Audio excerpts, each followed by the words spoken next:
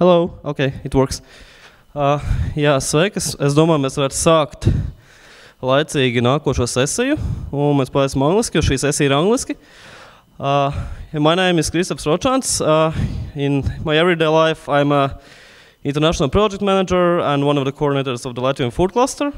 Today, I have an honor to be a moderator of this very tasty session for the next hour. And I guess we heard very inspiring lecture from our Danish colleague about the new Nordic kitchen. And to carry on from Nordic side to the Baltic side, we're going to speak maybe about the new Baltic kitchen. And for that, we have 3 chefs from 3 Baltic countries, from Latvia, from Estonia, and from Lithuania.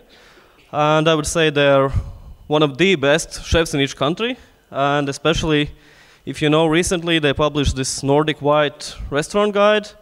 And first time, Baltic countries are also included in this list. And the best restaurants in Baltic countries. And all chefs here are either owners or chefs in the restaurants included in this list. So we can definitely speak about new Baltic modern cuisine. And to find out the similarities and the differences between the Baltic countries and relations to the Nordic cuisine, I would like to see your interesting questions and very interesting presentations by our chefs. And we'll start with our Latvian colleague, Mr. Eriks Dreibans, owner and the chef of 2 very well-known Latvian restaurants. And he will speak in Latvian and tell you a bit about Latvian modern cuisine. So. Jā, labdien! Labdien! Es esmu Eriks Dreibans, pavārs, restorānu 3 pavāru un restorānu 3 līdzīpašnieks. Nedaudz par sevīm. Es ar dabu kopā esmu jau kopš pašas bērnības. Es esmu dzīvojis visas vasaras pavadījis laukos, un es biju viens pats. Man nebija ko darīt, un vienīgā izklaide man bija doties uz mežu un lasīt sēnes, ogas, ķert krupjus, rakt alas, laist iekšā peles, un tā es arī 3 mēnešu vasarā pavadīju kopā ar, kā Džarels Darels, ar saviem dzīvniekiem. Un mans hobijs tā arī palika ornitoloģija. Es aktīvi braukāju vēl joprojām pa Latviju, pētu putnus, skatos, un tas, protams, ir atstājis arī iespaidu manai kulinārai darbībai. Un pirms 2 gadiem apmēram mēs dibinājām restorānu 3, un dibinot šo restorānu, man bija pilnīgi skaidrs, kad mēs pievērsīsimies savvaļu produktu un dabai draudzīgu produktu, audzētu produktu izmantošanai. Jo līdz šim mēs ar kolēģiem bijām pirms 7 gadiem uzrakstījuši Latvijas mūsdienu virtuves manifestu, kur arī bija viens no punktiem, kā jāizmanto draudzīgi dabai savvaļas produkti. Un varbūt tās nedaudz arī atskatīsimies, kā mēs esam nokļuvuši līdz, jau teiksim, tai trendam, modas lietai izmantot savvaļas produktus, kā ir tas Latvijā bijis. Pirms 20 gadiem, kad atvērās robežas, kad mēs varējām sākt pirkt tādus produktus, ko mēs tikai redzējām raidījumā Dzīvnieku pasauli vai kaut kādos eksotiskās dokumentālās filmās, kā tur krokodīļu, astes, ķenguru, tur antilopes. Tad pavāriem bija un arī patērētājiem tāda bez maz vai sacensība vienā ēdienā ierakstīt pēc iespējas vairāk eksotiskākus nosaukums. Nezinu, tur ķenguru, aste ar lotus ziedu, marakujas mērci, garša tur nebija nekāda.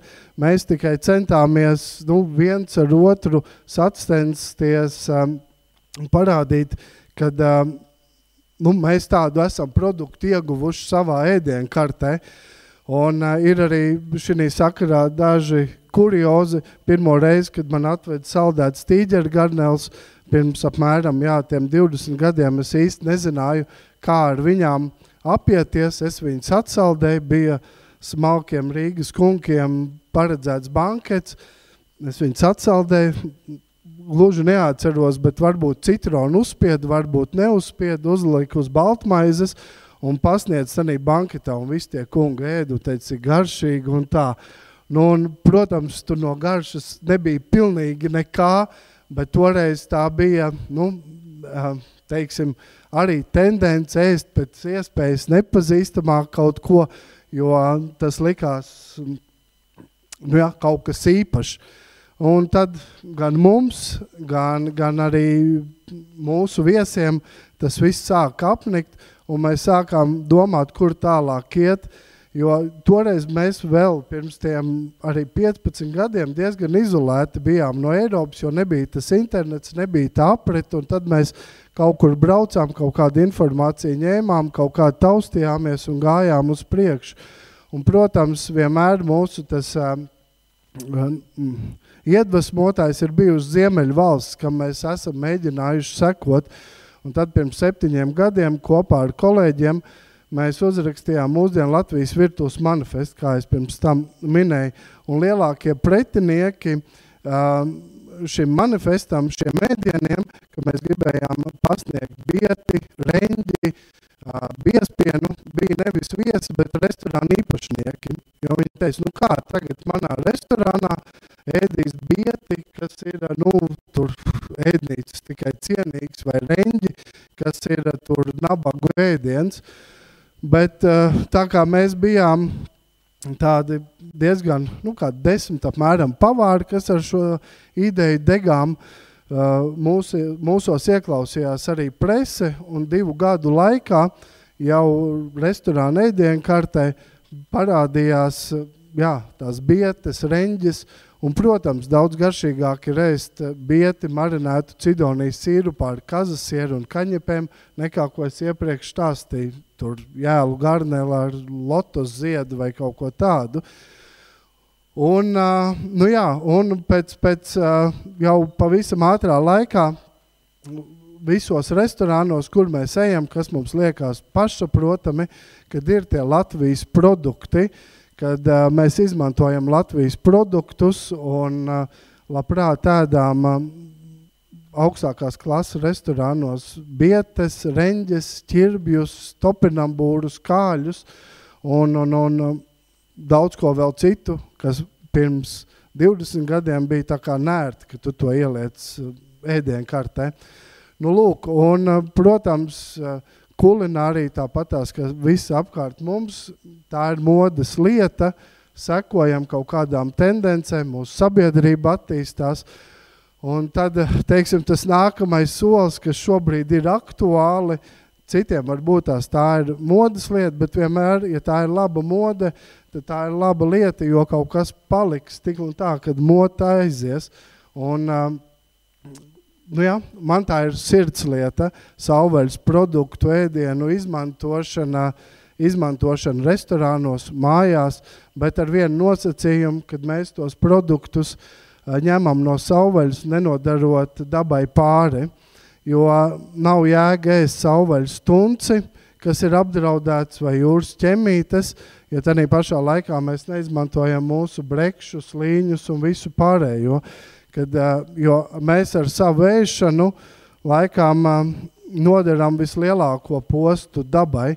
Ja mēs esam bijuši visi droši vien kādās eksotiskākās valstīs, tur Ķīnās, Ceilonā, Šrilankā, kur no dzīvās dabas nekas nav palicis pāri, tu tur brauc, tur ir tikai un vienīgi tējas plantācijas, ne tur putni dzied, ne vardas lēkā, pilnīgi nekas.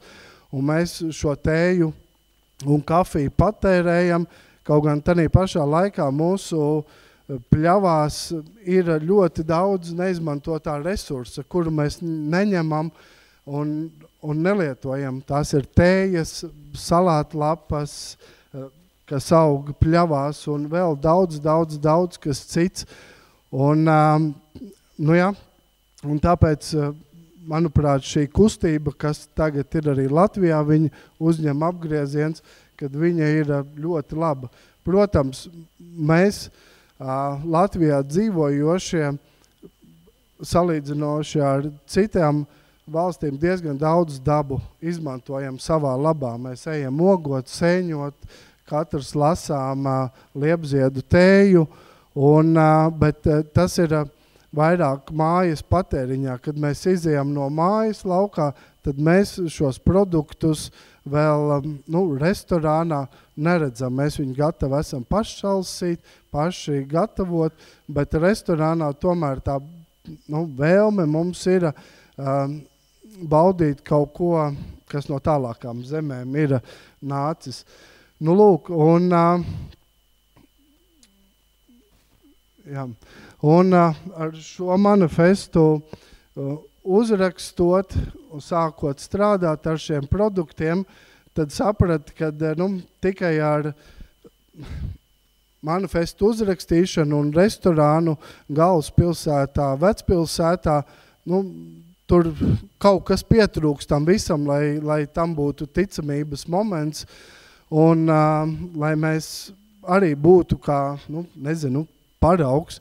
Es pats dzīvoju laukos, tur tā bildīt pa vidu, tur ir man lauku māja, viņa atrodas starp Rīgu un Valmieru pa vidu, Pārgaujas novadā pie Straupes, un tam tuvākie kaimiņi man ir kādi 5 kilometri attālumā, un visapkārt ir tikai meži, dabas liegums, purvi, un es sapratu, man blakus ir saimniecības ēka, kad sapratu, ka tur jātais pavāra radošā māja.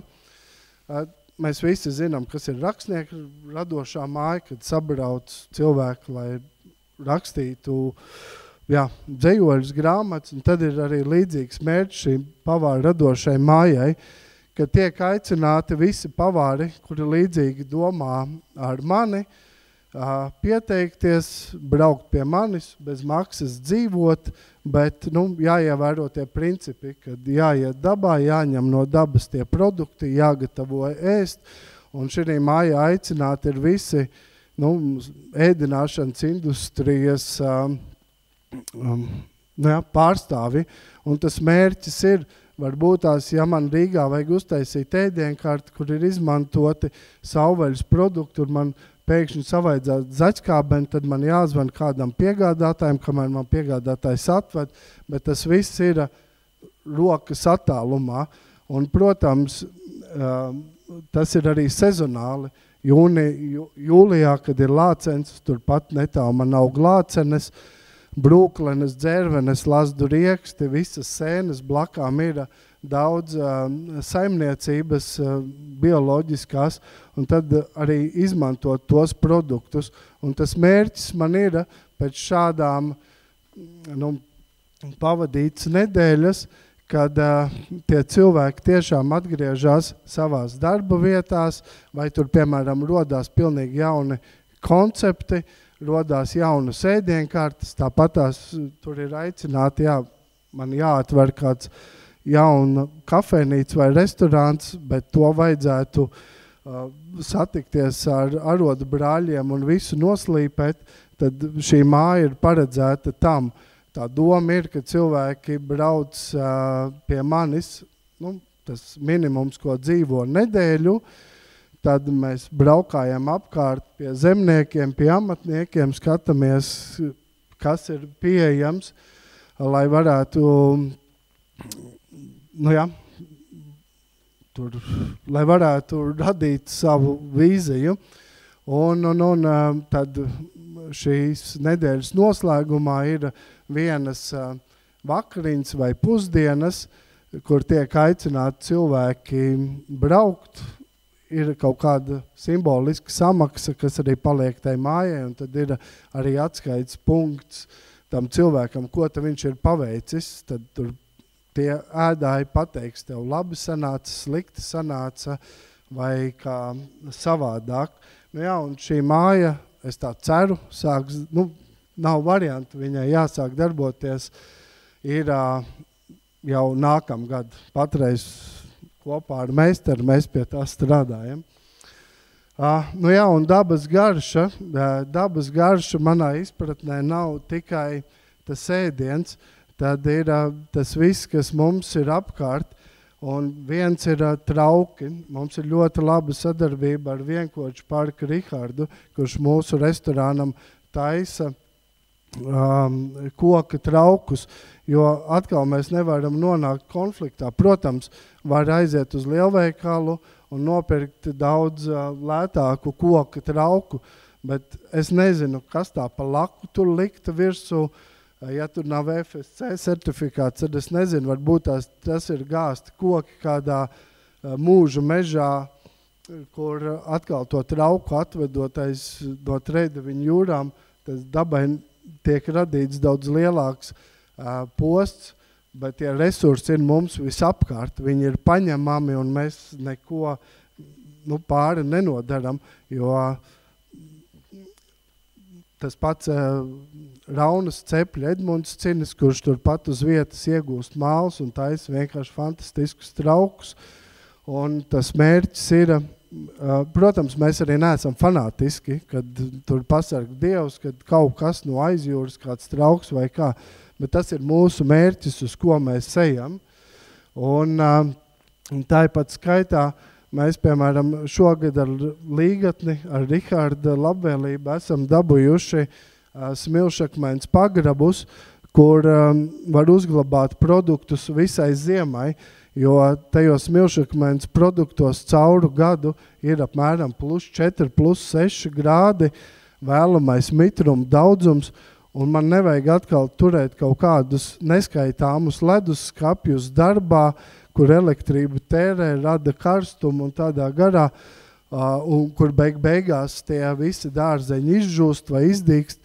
Man ir pieejami šie smilšakmens pagrabi, kur es braucot uz Rīgu vai atpakaļ uz mājām, es paņemu sev nepieciešamo daudzumu un nogādāju restorānam, un tas nemazām nav tik sarežģīti un nav nesadārdzina. Nu jā, tā kā mēs mēģinam no dabas ņemt viss, kas ir iespējams. Nu, un, protams, arī dodoties dabā, kā jau es pirms tam minēju, jāskatās, lai tie produkti, ko mēs ņemam, kas mums garšo, ir, lai viņi nav sarkanā grāmatā un aizsargājami, kā piemēram šie sauvaļas ķiploki, kur papē, kur ornitoloģiskais stacionārs, kur es visu jaunību pavadīju ķerot gradzinojot putnus, mēs šos ķiplokus tur pludmalē rāvām laukā, cepām rupmaizes, mērējām ar viņu un dzērām ar aliņu kopā ķiploku graudziņus. Tikai pēc tam, kaut gan tur apkārt bija pilns ar biologiem, tikai pēc tam interesējoties uzzināja, ka šie ķiploki ir aizsargājami. Jā, bet, jā. Un tāpēc, lai mēs izbēgtu no šīs situācijas, ka mēs no dabas paņemam ne to, ko vajadzētu, vai arī, piemēram, mēs nezinām, kad es atvainojos izkalt muti. Jā, lai arī mēs uzzinātu daudzas lietas, kā piemēram, kad redz var izmantot čiekurus, no čiekuriem var taisīt sīrupus.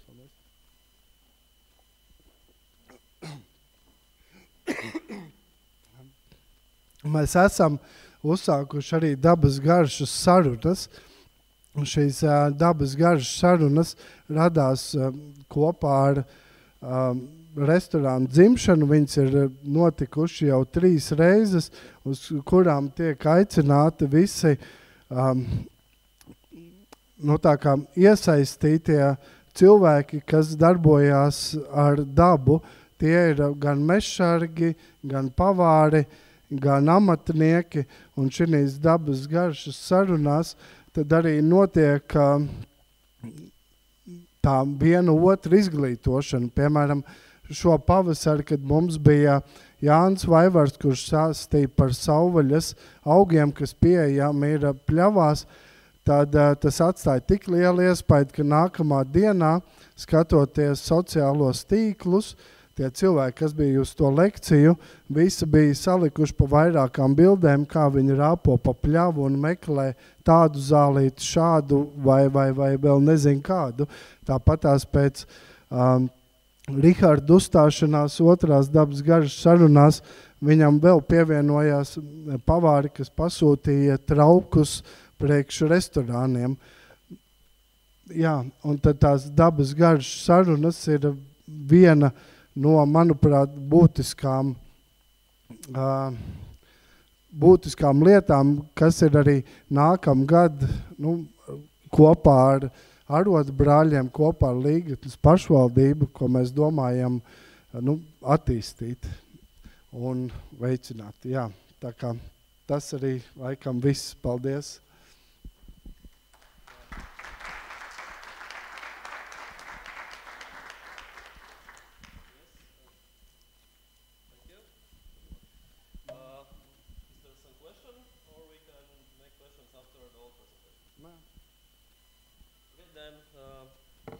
Thank you very much. And let's go north. And we have a chef from Estonia, Mr.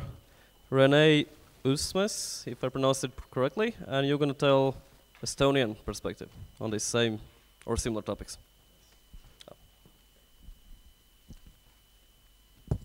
Yes.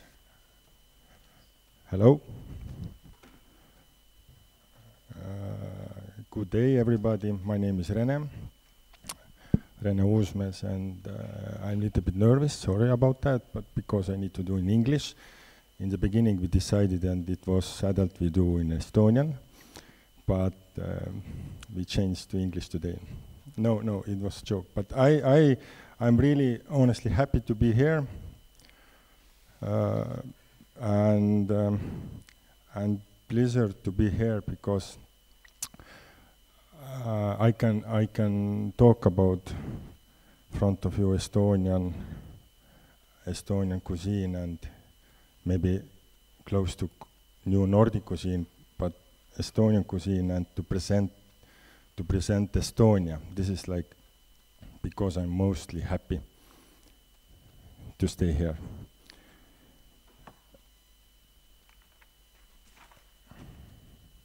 So I'm working to the company. It's an operating company in Tallinn. Have you visited somebody in this my company or in my restaurant Mekk? Somebody? One? Eric's? Okay, then I don't need to worry. I can speak whatever I want. But honestly, it's a nice company. We're operating 3 hotels in Tallinn. It's the Hotel Palace, Savoy Boutique Hotel, and Hotel Bern. A restaurant Mekk, it's the left part of these pictures. It's 2 pictures of the restaurant. It belongs to the Hotel Savoy and the 5-star hotel. Upstairs you can see the picture. And I start with the restaurant Mekk approximately 8 or 9 years ago. Conception of the modern Estonian kitchen art. If you translate the name of the restaurant, it's Mekk. By the letters, it's like modern Estonian kitchen, and the last K it's art. So, and we were happy because we were like these days. We were first of who started with this kind of conception, yes, and these days when we started, like it was a little bit really like new. You start with Estonian. What's that? You know. Even some of my friends ask me, "Are you stupid or what? Why you want to serve Estonian food? You know, it's only potatoes and cabbage. You know, why you don't serve lobsters or caviar? You know." And many of the friends and the professionals didn't understand. Honestly, they asked, "Are you sure?" And now you you know, if you open these days like a new restaurant and you start to speak in Estonian, I do Estonian kitchen. So this is nothing special. Everybody doing it. This is not anymore like nothing special. But these days it was really, wow, it's something maybe new. So no pasta, no sushi, Estonian bread, Estonian traditions, Estonian products, new way, modern way, and this was our idea. Yeah.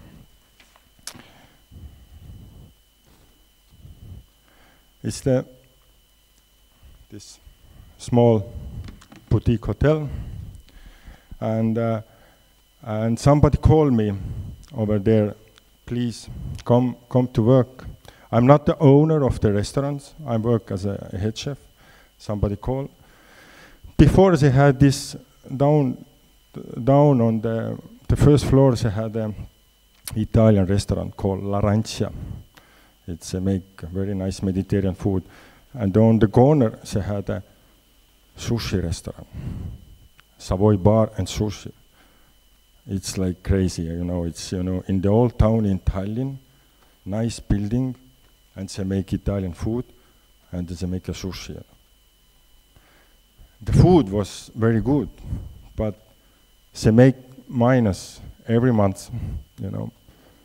And somebody called me, just come in and they do whatever you want, just you need to do plus.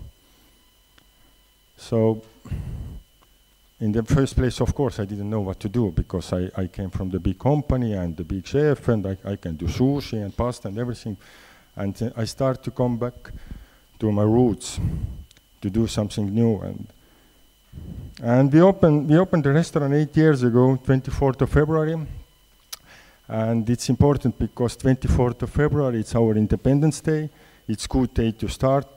And after that, when we opened the restaurant MEK, Modern Estonian Kitchen Art, we slowly start to make pluses.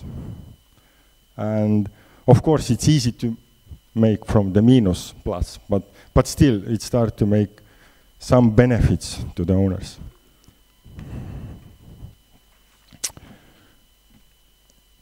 And now we have run like 8 years with the restaurant MEK, and this place where we had before sushi bar, we had a MEK bar. Even Eriks haven't visited this bar yet, but the bar side we have now MEK bar. And what we do in the MEK bar, we try to connect Estonian taste of the food with the Estonian drinks, like the bar, not in the restaurant. So it's something, again, something maybe new to have a connection with the food and the drinks Estonian. So we play.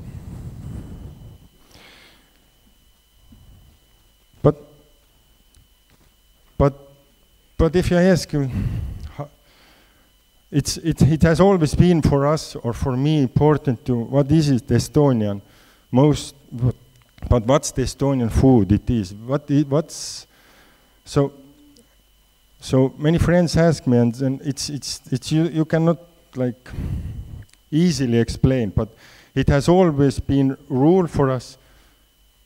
We need to serve food what you believe yourself, and you had the feeling, you are honest. So I never looking for identical food like what we eat in the 50th centuries or 60th centuries, because I don't know that. That would be, I will take from the book and I will play with the guests and will be served something. So food, what we serve in the restaurant MEK, it always like how I understand myself as a chef and my team and what we believe.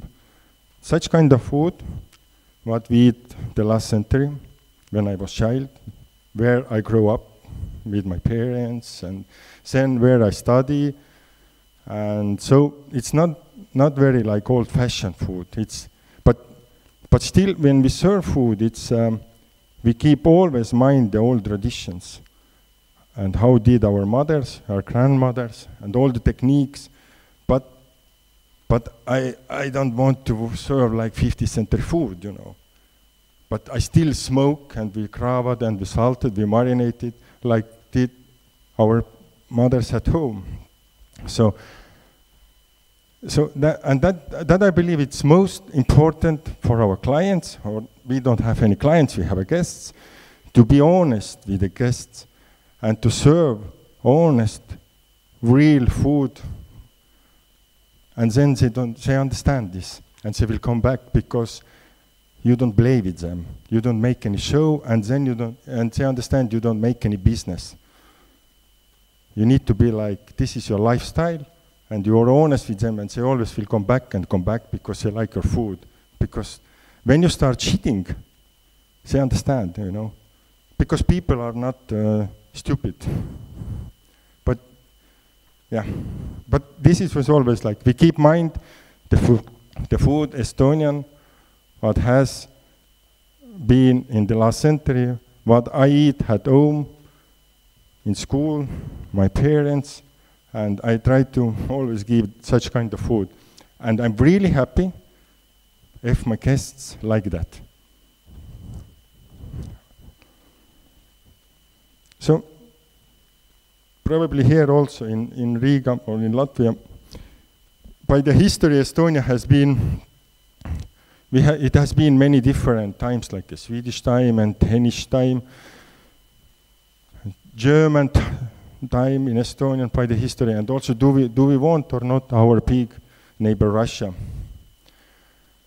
It has been also Russian time. So we believe also in Restaurant Mek and myself, so all this culture has kept something for us to Estonians. And this mix of these different cultures. So everybody eat herring, like Russians, Estonian, Finnish, Swedish people. So everybody but our own way. And it's Estonian kitchen is really, really influenced by the Danish people, Danish culture, also Swedish. I have visit a couple of years ago in Denmark, Copenhagen, one friend with and we do Estonian week there, and the chef said, no, this is not Estonian food. This is Danish, simple Danish old, and it's so similar, and that's true. So, yeah, it's okay. You understand? Maybe, okay, thank you. So, now, this is the meaning to show a picture of the bread. And it's funny because it's many times when I visit, or the Latvian people visit me in my restaurant, we always talk about the bread. Eriks know that. We always talk about the bread. And for Estonians, it's really, the bread is the most important for Estonians. And we believe, sorry, all the Latvian people, we believe the black bread is the Estonia, it's the best one. And we always have a fighting with the Latvians. No, but honestly, it's something really, really special. The black rye bread, we use the sourdough, but I know you have very good bread also, but this is like everything starts from the bread. And not only is it Latvian or Estonians, but I have many times visitors from Europe or somewhere, like, or the Michelin star chefs or the very high professionals. They always are impressed in Estonian restaurants how the chefs, everybody serve the bread. It's not only the food, but always, like, it's not only in my place, it's wherever you go in Tallinn or in Estonia, the good restaurants, it's always really, really nice bread. And that makes me really proud about it, and that should be. I always remember, like, when I was child, or my mother and grandmother bring the bread on the table in summertime, and warm bread and the butter. And that's the root of the soul. Okay? Sorry, Latvians. So, I'm a little bit talk about myself and about my restaurants, and And I try to end with the things in Estonian generally, but this is like, it's the collaboration with the farms increasing. I mean, it's like, it always has been also here in Estonia, and when we got free, and now everybody in restaurants talk like to make together partnerships with the different farms, and same in Estonia, like grass beef or goat cheese or the cheese houses, sheep herders, fishermen, or the herbs, and it's typical. I mean, it's also in Latvia, Riga, but this is my friends. They are Kolotsi. It's close to the Võru. It's they own the goat farm. They have only the animals like 30, and they do the lady. She's name is Merle, and she liked to grow animals.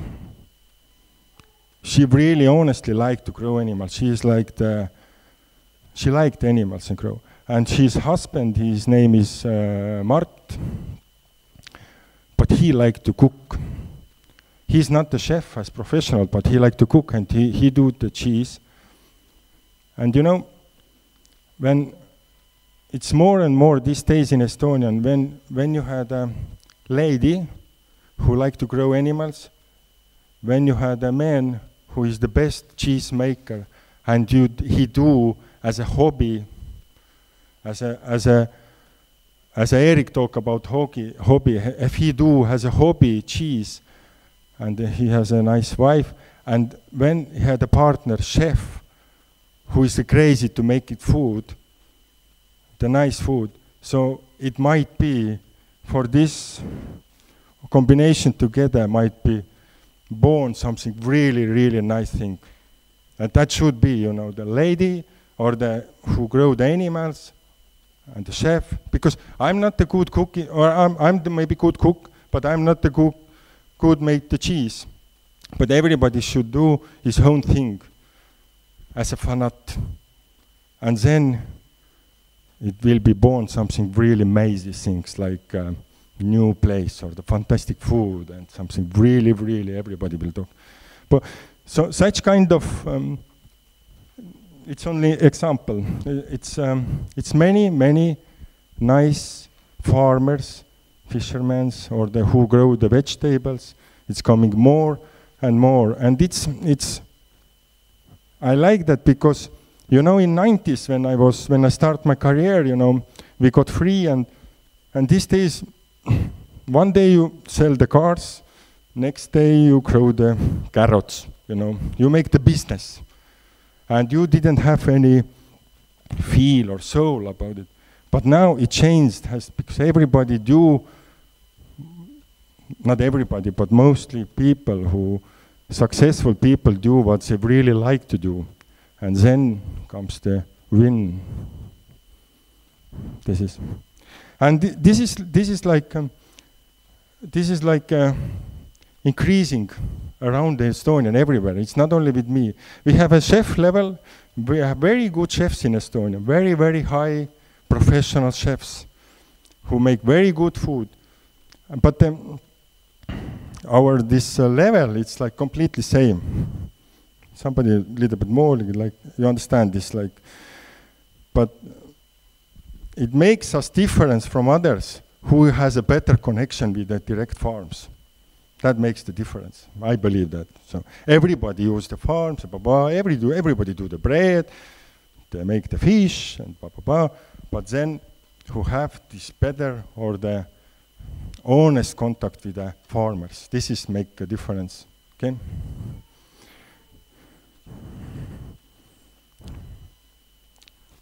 Yeah, I don't remember why I put this picture, but she is nice. Yeah, but this is from this farm. She, nice lady. Yeah.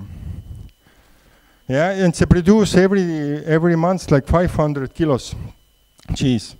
They are the best cheese makers in Estonia, and 500 kilos. say two person who keep the farm, and they sell to the restaurants, and yeah. And same story with the grass beef.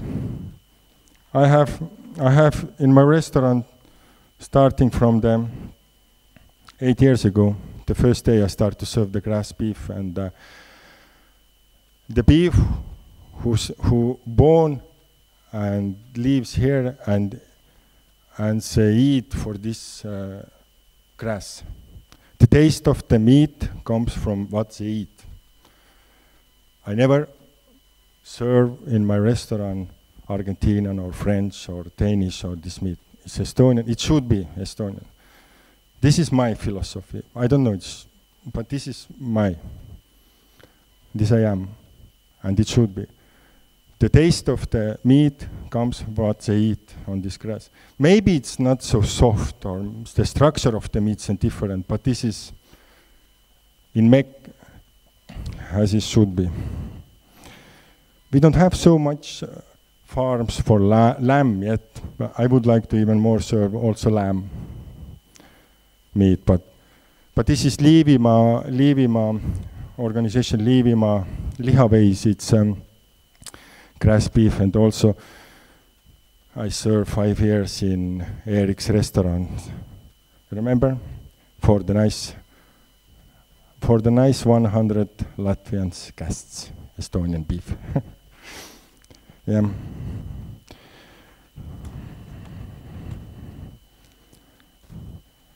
It's a little bit more about the restaurant Mek. It's a couple of pictures. It's as I say, we do modern Estonian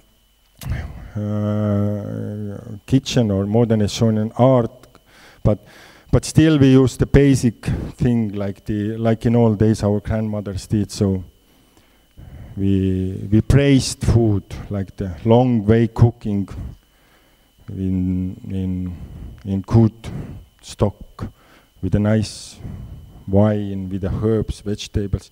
We use the same technique, but we have today's knowledge, and today's product is much better than in old days. And if you talk about the art, why I talk about we are modern Estonian kitchen art. So it's sometimes many young chefs don't know what is the art of the kitchen, and quite often they come from the school and they like to play with the food, and they make on the plate like towels and the nice colors, and they play with the technique, and they think they are the big chefs. They make art, maybe, but this is not to me Estonian kitchen art. This Estonian the kitchen art, the big art is coming from that when you create new thing to connection with some of the techniques, and you put together, and this is like how you make the combination of different.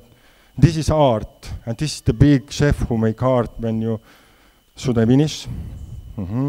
Just shortly, no, it's just a couple of but this is like very important. It's art. It's not to make any pictures and to play and to show, but this is the chef art who combination of different things. Yes, sorry. Yeah, and shortly, it's not only, it's also one way it's very important to talk about. It's not only Mek and in Tallinn. It's good, it has increase also the other restaurant. It's also way around in Estonia. I'm really happy about it. Ööbiku, it's also way we have these gastronomical farms, if you know this. Ööbiku ja Tammuri, Põhjaka mõis, it's the way to the Tartu Viika, it's Laulasmaa Hõlm, it's Tartu Fellin, it's really nice restaurant in Viljandi, small city. So it shows for us demanding of the guests also, not in Tallinn, but also Estonian food demanding. It's around the world. This is my picture from my bar, food. And this is, I like to really shortly, this is what happens new in Estonia, like and maybe it's also to compare to Latvian or Lietuvan. I don't know so much Lietuvan kitchen or the gastronomy, but Latvian. So the very important, it's the reacting of the wings of change. The world of the food becoming increasingly more similar to the world of the fashion. And the fashion, everybody accepted the react fact, any change. What was yesterday, it's not anymore tomorrow. So it should be also in the kitchen. If you want to be very high level, you need to change very fast. So I have some friends in Finland. They are worried about it because, you know, what happens today in Copenhagen, and the Finnish friends said they are worried because it changed only in Finland after 3 years. So. And that's the problem, because it changes so fast and so often. We have to be open, and we need to change also. And I'm happy in Estonian, the chefs, not myself, but the highest quality chefs, they are really acting and they're changing really fast. And the other point is really what I think also, it's you know, it's the new Nordic cuisine. It's how to say, it's already a little bit history. I mean, it's the new Nordic, everybody doing new Nordic history, in Estonian, everybody. It's, as a mech and different events, but of course the local tastes have been very intense and elaborated, combined and worked through. Nobody has gotten tired of the local produce, but right now, the newest trend is combining them with a more exotic, mostly maybe Asian tasting. So we still use the Nordic technique, blah, blah, blah, but we bring in some new taste. What? Yes. Yes. And thank you. Thank you very much. Without further ado, I'm gonna skip to Lithuania, and we'll have time for short discussion and questions afterwards. The presentation of our next guest, chef of restaurant Dublis in Vilnius, Davidas Praspajauskas, and we'll also hear about new modern Lithuanian cuisine, because we have heard about new Latvian cuisine manifesto, new Estonian kitchen art, and what's happening in Vilnius. Hello, everybody. I'm gonna try to. At first, Rene, I haven't been, but I'm going in December, so we can talk about some bread and about Lithuanian bread, because we have it as well. I'm gonna get you something to taste.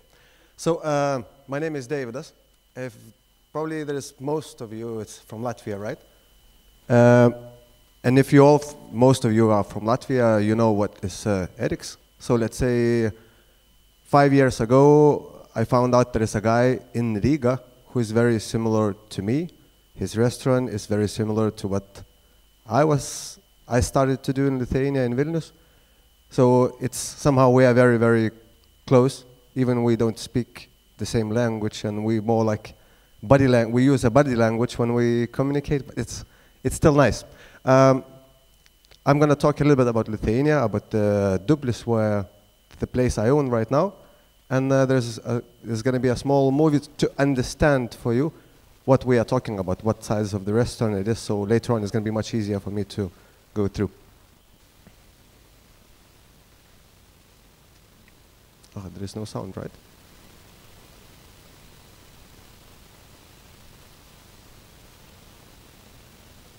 No sound?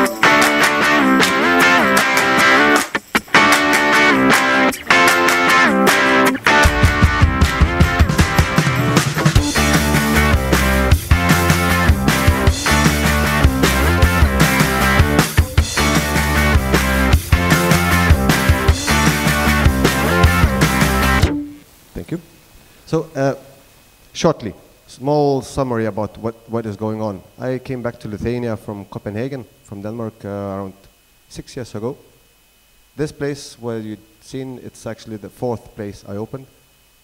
Only the first one that it's been Laura Lapas, it's still open by my co-owner. I'm not the owner of the place anymore, just for some other reasons. Then was a small Dublis, and this is one of the biggest places probably in Lithuania. There's 3 concepts. There's art gallery in the basement. There's a brasserie where it's in general a la carte menu, business lunch, dinner for around 110 seats. And then there's a tasting menu, the fine dining spot with a chef's table, with the chefs presenting the food in the restaurant. And let's say if you finish the food yourself, you would like to take care of it until the point that it's gonna touch the table and the guest is gonna see it. It's not from somewhere, not from the sky, of course. I lived in Denmark, worked in a few good places over there, took some good samples from different places and then combined all of them, and it's not like I created my own thing. I'm 28 right now, so I'm using what I learned and then got back to Lithuania with some reason to change things over there a little bit, and it worked out. Right now, if nobody have been to Lithuania, when you're gonna go there, it's no how different from Tallinn or from Riga. There's a lot of good chefs, there's a lot of good young and talented people who's running the restaurants, who's cooking and so on. I'm not gonna talk so much about what do I think about Lithuania and what is about my restaurant, but I'll say a little bit about, I think, what wasn't touched during that, how restaurants are turning into, at least from my point of view. Few numbers. It's not about cooking, but what you see. Lithuania is somewhere in the bottom. I think 50 years under Soviet Union helped us not to have super strong gastronomical history in there, and now we are just slowly building. But this is how it is right now. It's increasing, I think. Tourism, it's growing, and this year is going to be much better as well. People start to drink less alcohol. But I think it's not less, it's just a bit stronger. So instead of beer, there's wine, what is good to the culture. What I see from my side, eating habits, by staying in Lithuania, by traveling everybody around the world, they are actually changing. Even young people, they visit Lithuania, they go to the good restaurants, because they come from a bit more expensive places, and I think tasting menu with 10 courses for 50 euros for a person from Scandinavia, it's brilliant price. They're able to do it, they're able to afford it, not locals in Lithuania. So people started to actually to care for. They come in to in the restaurant, and if they expect good, if you are somewhere high level in TripAdvisor, if you are, I think if we're going to be in the White Guide right now, if you are over there, people are coming and they expect you to do good stuff. They expect you not to serve frozen stuff. They expect you not to serve ice cream from cash and carry. They expect you to make things on your own, and do not waste time on buying things from somewhere. So yeah, young people, as I mentioned, let's say 5 years ago, the average guest age at my restaurant was 50 plus. Right now, it's in between 25 to 45. So much younger people started to visit the restaurants. They started to travel. They travel, they come back, they say, you know what? We don't need to travel for food anymore because we have good stuff in Lithuania. That point is about, it's getting less different cuisines, at least in Lithuania, in Vilnius. There is no more booming of Chinese restaurants, sushi places. They stay at the same number or they go down a little bit. That means the ones who's actually started to cook with what you already heard from Rene, from Eric's, everything about, it's the same in Lithuania. A lot of chefs combined together, they sit down, they talk about bread, they started to get new ideas, new manifestos around where they get ingredients from. They try to push farmers to work with them because it's not so easy, but we try to do it. So that means people actually got more interested in eating beetroots, in eating carrots, in even super fine dining restaurants where one dish probably can cost 25 euros and is going to be made out of beetroots. You won't believe it 5 years ago, but actually this is how it goes right now, because it took 25 hours to make those beetroots. That's how it happens. Restaurants improved as well. That is amazing. One of the things that is probably, some of the restaurants started to use employee branding. Because what happened, a lot of people started to eat in the restaurants. A lot of people ran away from Baltics, I think. They went to different countries, especially from Lithuania, I think. So the employer, let's say me, we need to get more people who works, who serves, who cooks. And when there is more restaurants opening, young guy who worked for 1.5, 2 years in a, let's say, sushi express place, he actually is able to become a head chef of the newly opened restaurant by any kind of rich person. And what happens, then you don't have a regular hands to work for, and when you need to hire somebody, actually the main idea what you're looking for right now is you're looking for a person who has 2 legs and 2 hands. You don't need to take your head with you because we're going to tell you what to do. This is how it is right now. There is no good schools around that they're able to go and really learn something, how to cook. So restaurants are trying to attract right now. I have a banker working for me right now. I have a guy who's been in statistics working right now. Pastry chef, she's been as well working with, I don't know, interesting things, completely different, but I'm trying to show that the restaurant business is nice. You're able to work interesting job, you're able to talk with the guests, you're able to learn a lot from everybody around. Restaurants are open, restaurants, bars, different places. A lot of chefs, a lot of bartenders, they started to open their own places because they didn't want to be told what to do. This is how it happened to me as well 5 years ago. At first I've been a private chef for Portugal embassy, then I started to run one of the restaurants, but as a head chef, not as an owner, in a ski resort, and then I didn't like it somehow, the quality of what they asked me to do. And then there were no way around just to open my own. That's how it happened. And now if I have to work for somebody, yeah, it's going to be difficult. So it's there is a pressure, but it's nice. I'm, yeah, as I mentioned, not too old yet, and young chefs takes me as a sample, and they start to do it. And the quality grows when there is a head chef who's running the restaurant as well, because we all know that there's not so many freezers, there's not so much chemicals in there, as much as possible ingredients are around, because everybody knows that the guests actually started to travel, they started to understand, and they know that you're not really able to get I don't know, yellowtail tuna super fresh in Vilnius. It's simple. Restaurants started to improve, and yeah, all the technologies in the kitchen, good ovens, ventilation systems. I'm talking from the side of the guys who's working in there. If there's a temperature reached of 45 degrees in the kitchen, you think it's normal or not? It's super normal. This is how it was all the time, and right now what we started to do, actually to invest into induction stoves, to the good ovens that is not spreading so much heat, that there's roofs with a really good, I don't know, ventilations, that the guys actually is not sweating only, but they are working well, and they're able to go out to the restaurant and talk with the guest about something.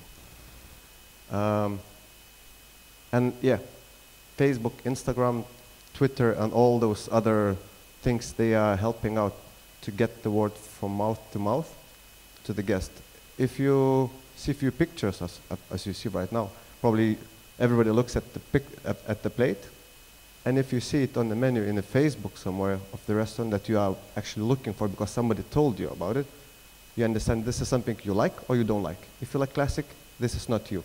If you like something new, probably this is something what you're looking for. And for me, for example, if I go to the restaurant, no, if I heard about the restaurant in Tallinn, I Google it, or I go to the Facebook, type in the name, the first picture, it's open, and you understand what is going to be served there.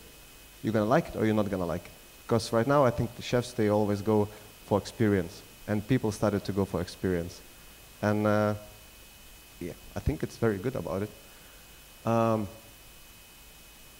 What is very important right now, what people, since I've been asked to say what do I think about what's going to happen in the near future, the guests is gonna start to press, especially the restaurant business, on all the sustainable cooking, all the production, all the consumption of the all things. So what happens? The good ingredient prices, they grow very, very, very fast.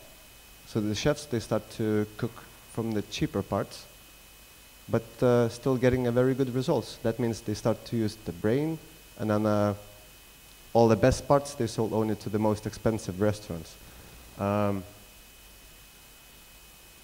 Restaurants, actually, some time ago, I think in Lithuania, it was no show for the allergics. There were some signs of some of the restaurants, because the head chefs, they were very, very angry to the people who comes and they say, vegetarians, pescatarians, we're allergic to gluten, to lactose and stuff. But in our days right now, I think Scandinavia went through a very, very long time ago. Lithuania, Estonia, Latvia, I think we are, yeah, during last 5 years, we are improving in it, and we're saying okay to these kind of people. I don't have so much to say about the kids in the restaurant. I think maybe Mr. Jakobsen, we can talk about it later on. What do I do if there is a guest who came with a kid that is shouting around, and what do I say to his neighbor guest who's actually having somebody taking care of her kid? It's a little bit difficult.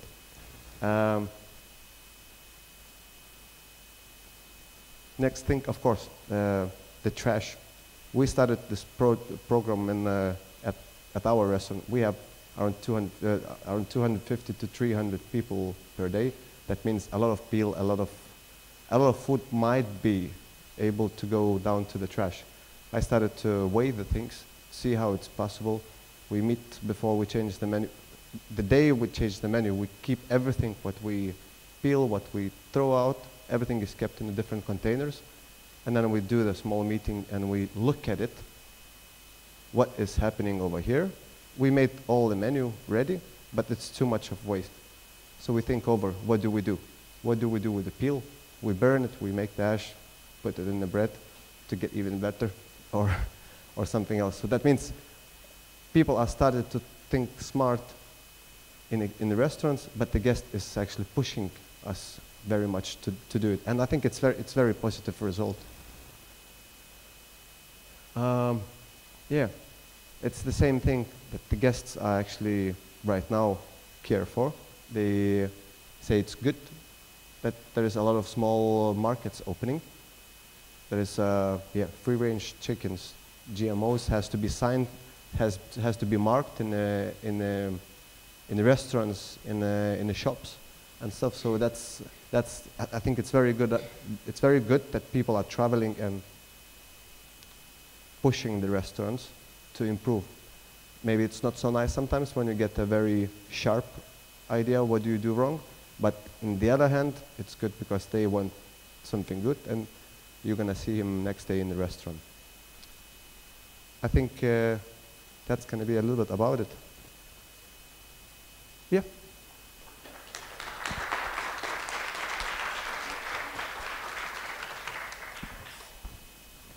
Thank you very much, and we have time for discussion and some questions for all the three chefs here. Yeah, you could probably take your place, or somebody wants to give right away a question. Yeah. There was a very nice presentation before about the new Nordic kitchen. Not new Danish kitchen, not new Norwegian kitchen, about new Nordic kitchen. But today I hear that actually Baltics are very special because it's new Estonian kitchen, it's new Latvian kitchen, and it's new Lithuanian kitchen, each making the best bread.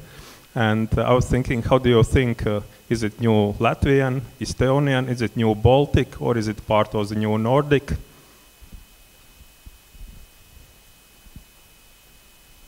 I think it's a very good question. I was before I didn't manage to ask Mr. Jakobsen to answer that type of question as well, because I think the experience talks for itself. I don't know who is going to be next, who is going to take over the role in the general world cuisines, because right now it's been Scandinavia.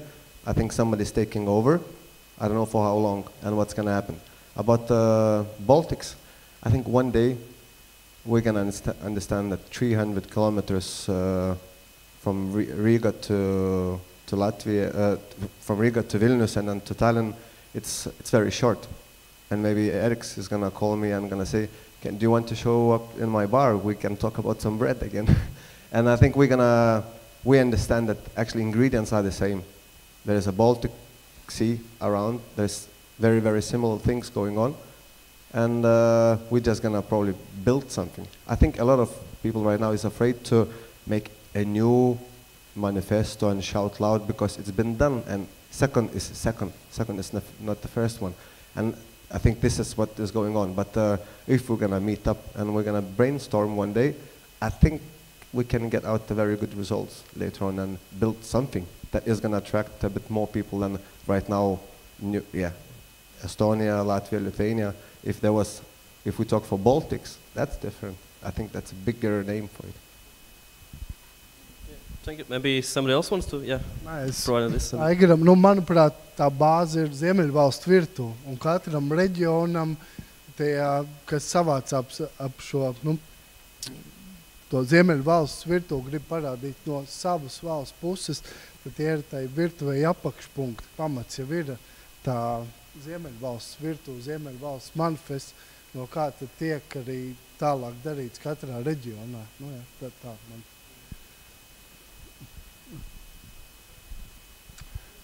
I don't know, did you got the answer?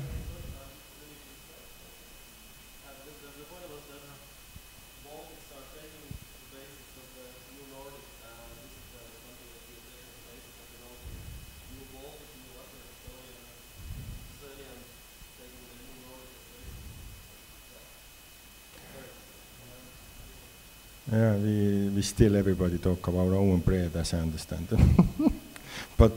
But it's a funny, if you looking from part of the Moscow, from Russia, it was like pre-Baltica, I don't know when I was young, everybody from Russia said it's pre-Baltica, it's something connection, and they think we are the similar, Lithuanian, Estonians, but we are not. I mean, I don't see myself like close to Lithuanian person or the Latvian. I see myself similar to Swedish or Danish or to Scandinavian. I see myself more like my country gastronomy or the food. It's similar to Scandinavia more, not to the Baltics. But it might be because maybe I don't know Latvian gastronomy so well or Lithuanian, but I feel always very well when I go to the Three Pavaras and when I talk with the Lithuanian guy, because I feel well because I know they do something like I do. I see you have connection with the Iceland, Eriks have Iceland and influence what he do, and also you see he was a young chef, he was in Denmark, that he influenced so much what he do today, and that makes make the new Nordic same thing together. But from roots, I don't see really Estonians really similar with the Latvian or we are really slow guys, it's. Thanks. I see people already from other sessions coming inside. You can join. We have still, I guess, 5 minutes for the questions. And yeah, you had a question? Es gribēju pajautāt, es esmu latviete un es zinu, kas ir latviešu nacionālais ēdiens, bet kauns atzīt, ka es nezinu, kas ir igauņu un lietuviešu nacionālais ēdiens. Vai kungi var pastāstīt, kas viņam uzreiz sitien ienāk prātā, kas ir tas ēdiens, ko izvēlās vidējā igauņu vai lietuviešu ģimenīte, teiksim, savās svētku pusdienās svētdien apēst mājās? Tā, lai rada priekšstatu, kas tad ir tas ēdiens, ko ēd mūsu kaimiņi. So what's the average basic Estonian, Latvian, Lithuanian food that people choose? What is the average basic most popular food that people choose in Lithuania? Okay. Interesting. Right now it's changing very much.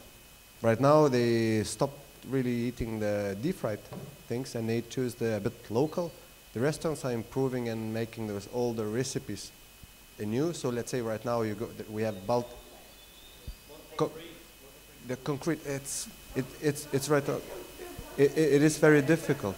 It is very difficult to say what it is exactly. One thing, one item. There's a beetroot. We have this baltanešaine. I don't know if you know what it is, but this is rebuilding, and it's hard to say. The meat is very popular. Fish is very popular, but not really old school classic things anymore. Because you know the Latvian, I'll go Estonian choice. Just shortly also, what I believe makes us like together, like similar also. I have approximately same age with Eriks, and you are younger, but when I studied to school, it was Russian time, or Soviet Union, and I believe in school we had how we learn in school, it was from the Soviet Union time, and that was the French gastronomy. Also all our basics in the kitchen, how we do the sauces or techniques, it's still like a French, but we use the local products. That makes us like to understand together, like we do similar thing, like we boil the bouillons and stocks the same way. So the school is the same, yeah. So I will just try to sum it up. The bases are there. It's either French or Nordic, but what we see here is that there are 3 different chefs in 3 different countries doing very similar but unique things. And the principles, I understand, are very similar as well. Using local, using raw, treating nature, treating farmers in a very good way, working with farmers, working with producers of ingredients, and trying to find own Latvian, Lithuanian, and Baltic and Estonian tastes. I believe there is a way for new Baltic, or however we call it. And it was interesting that you said that new Nordic is already history. So modern Baltic, when will it be history? Maybe using modern is not the right word, but there is a way for us and for you chefs especially probably to work on those new ideas and push the Baltic cuisine further in the future, and maybe it will be the next big thing. So thank you all, and let's invite all the other people inside for the final session. Thank you.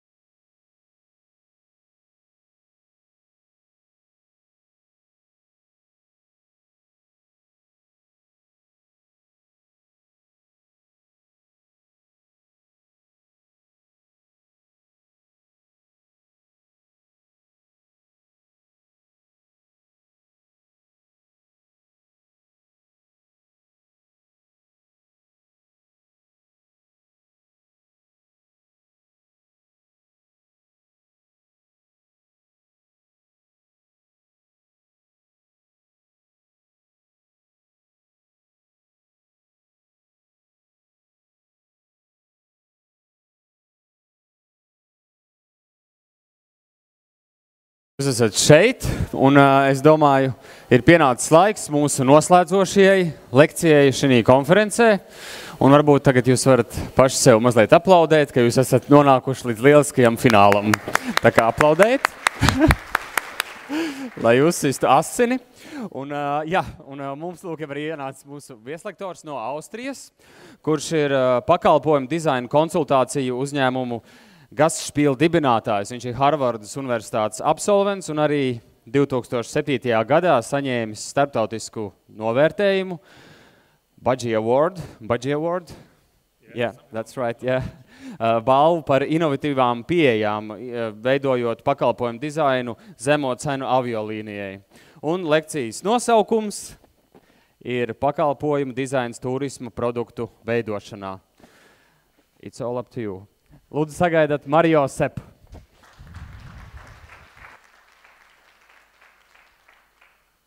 Thank you very much. Good evening, good afternoon. I think it was a long day for you with a lot of lectures.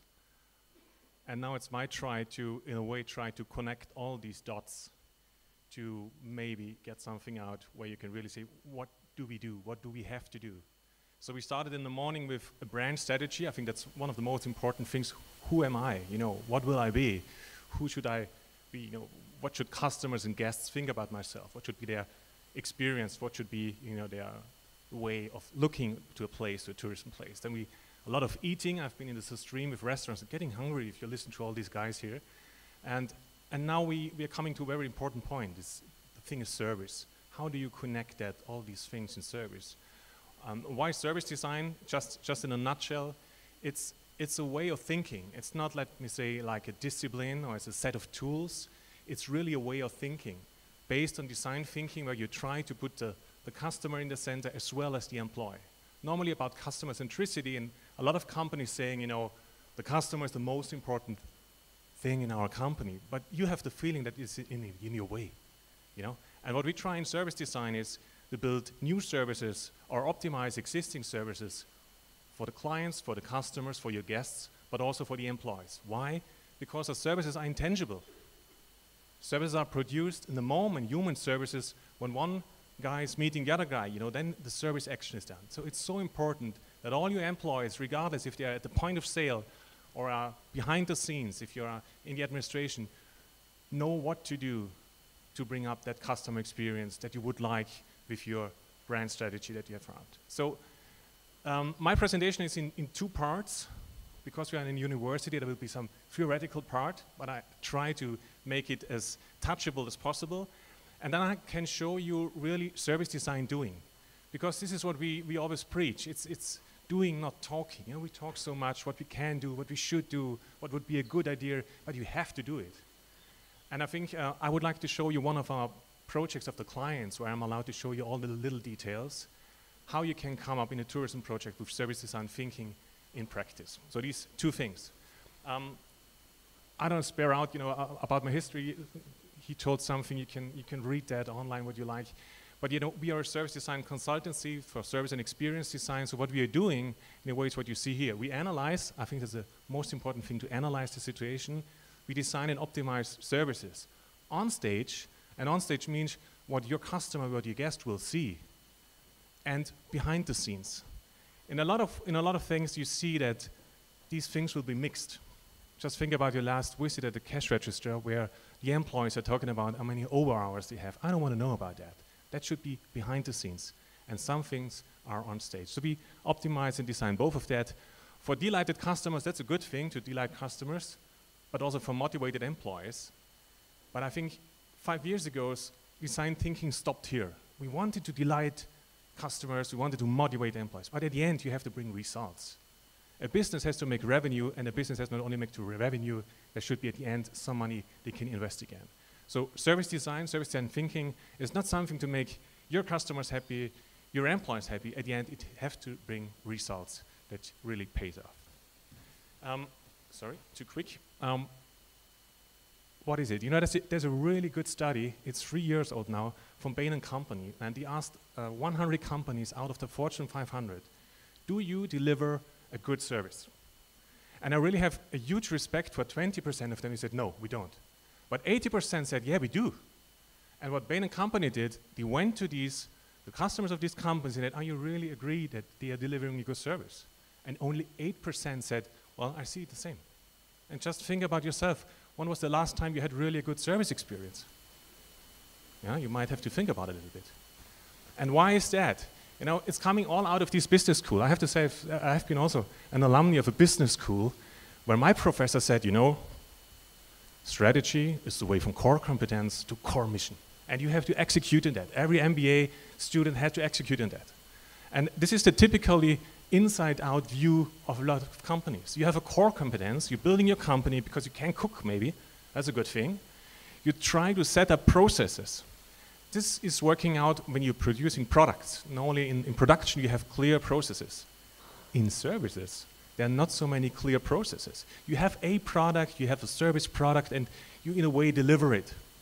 And that's the problem, you know, if you look for the industry, for a car instance, you know, you start from a new car with a scratch, yeah, you sketch something, you have a prototype, the first car is going in rounds, then you take a crash test dummy and race it against the wall, and then you're gonna sell it. How is it in services? Look to the hospitality industry. You have a new opening of a hotel. How do you open a new hotel? It's a soft opening, a pre-opening phase, where you really try your services instantly on your guests and customers. Why are you doing that? Because still some of the employees are missing. It's not because you're so good. You try the services directly on your guests and customers. And I think this is something you can put a big question mark on. So this is typically, so you got your company, you got your processes, your touch points, then you get your interactions. So the employees are coming now into the game. And the interactions are producing customer experience, and they vary. Think about one of your restaurants when the best waiter is leaving. Normally a lot of guests are leaving with the best waiter, because now the service is mediocre. The food is good, but the food is also good somewhere else. The bread is good, as we know, in 3 countries. So you can easily go around.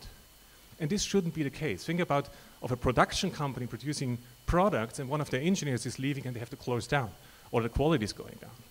And in services, it's very often, because it's intangible, it's nothing you can touch, that you don't really think that we have to have solid processes on stage and behind the scene, that every employee understands what he has to do to create that customer experience out of that brand strategy would like to have as Valmiera, for instance.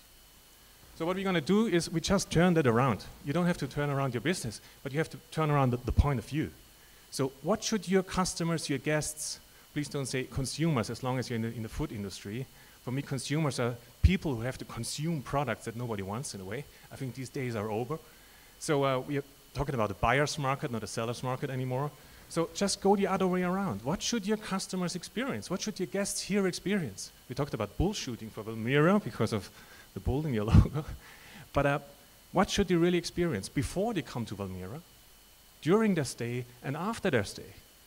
And a lot of companies are just thinking, yeah, what can we do, you know, during the stay, and forget about what is going on before the stay and after the stay.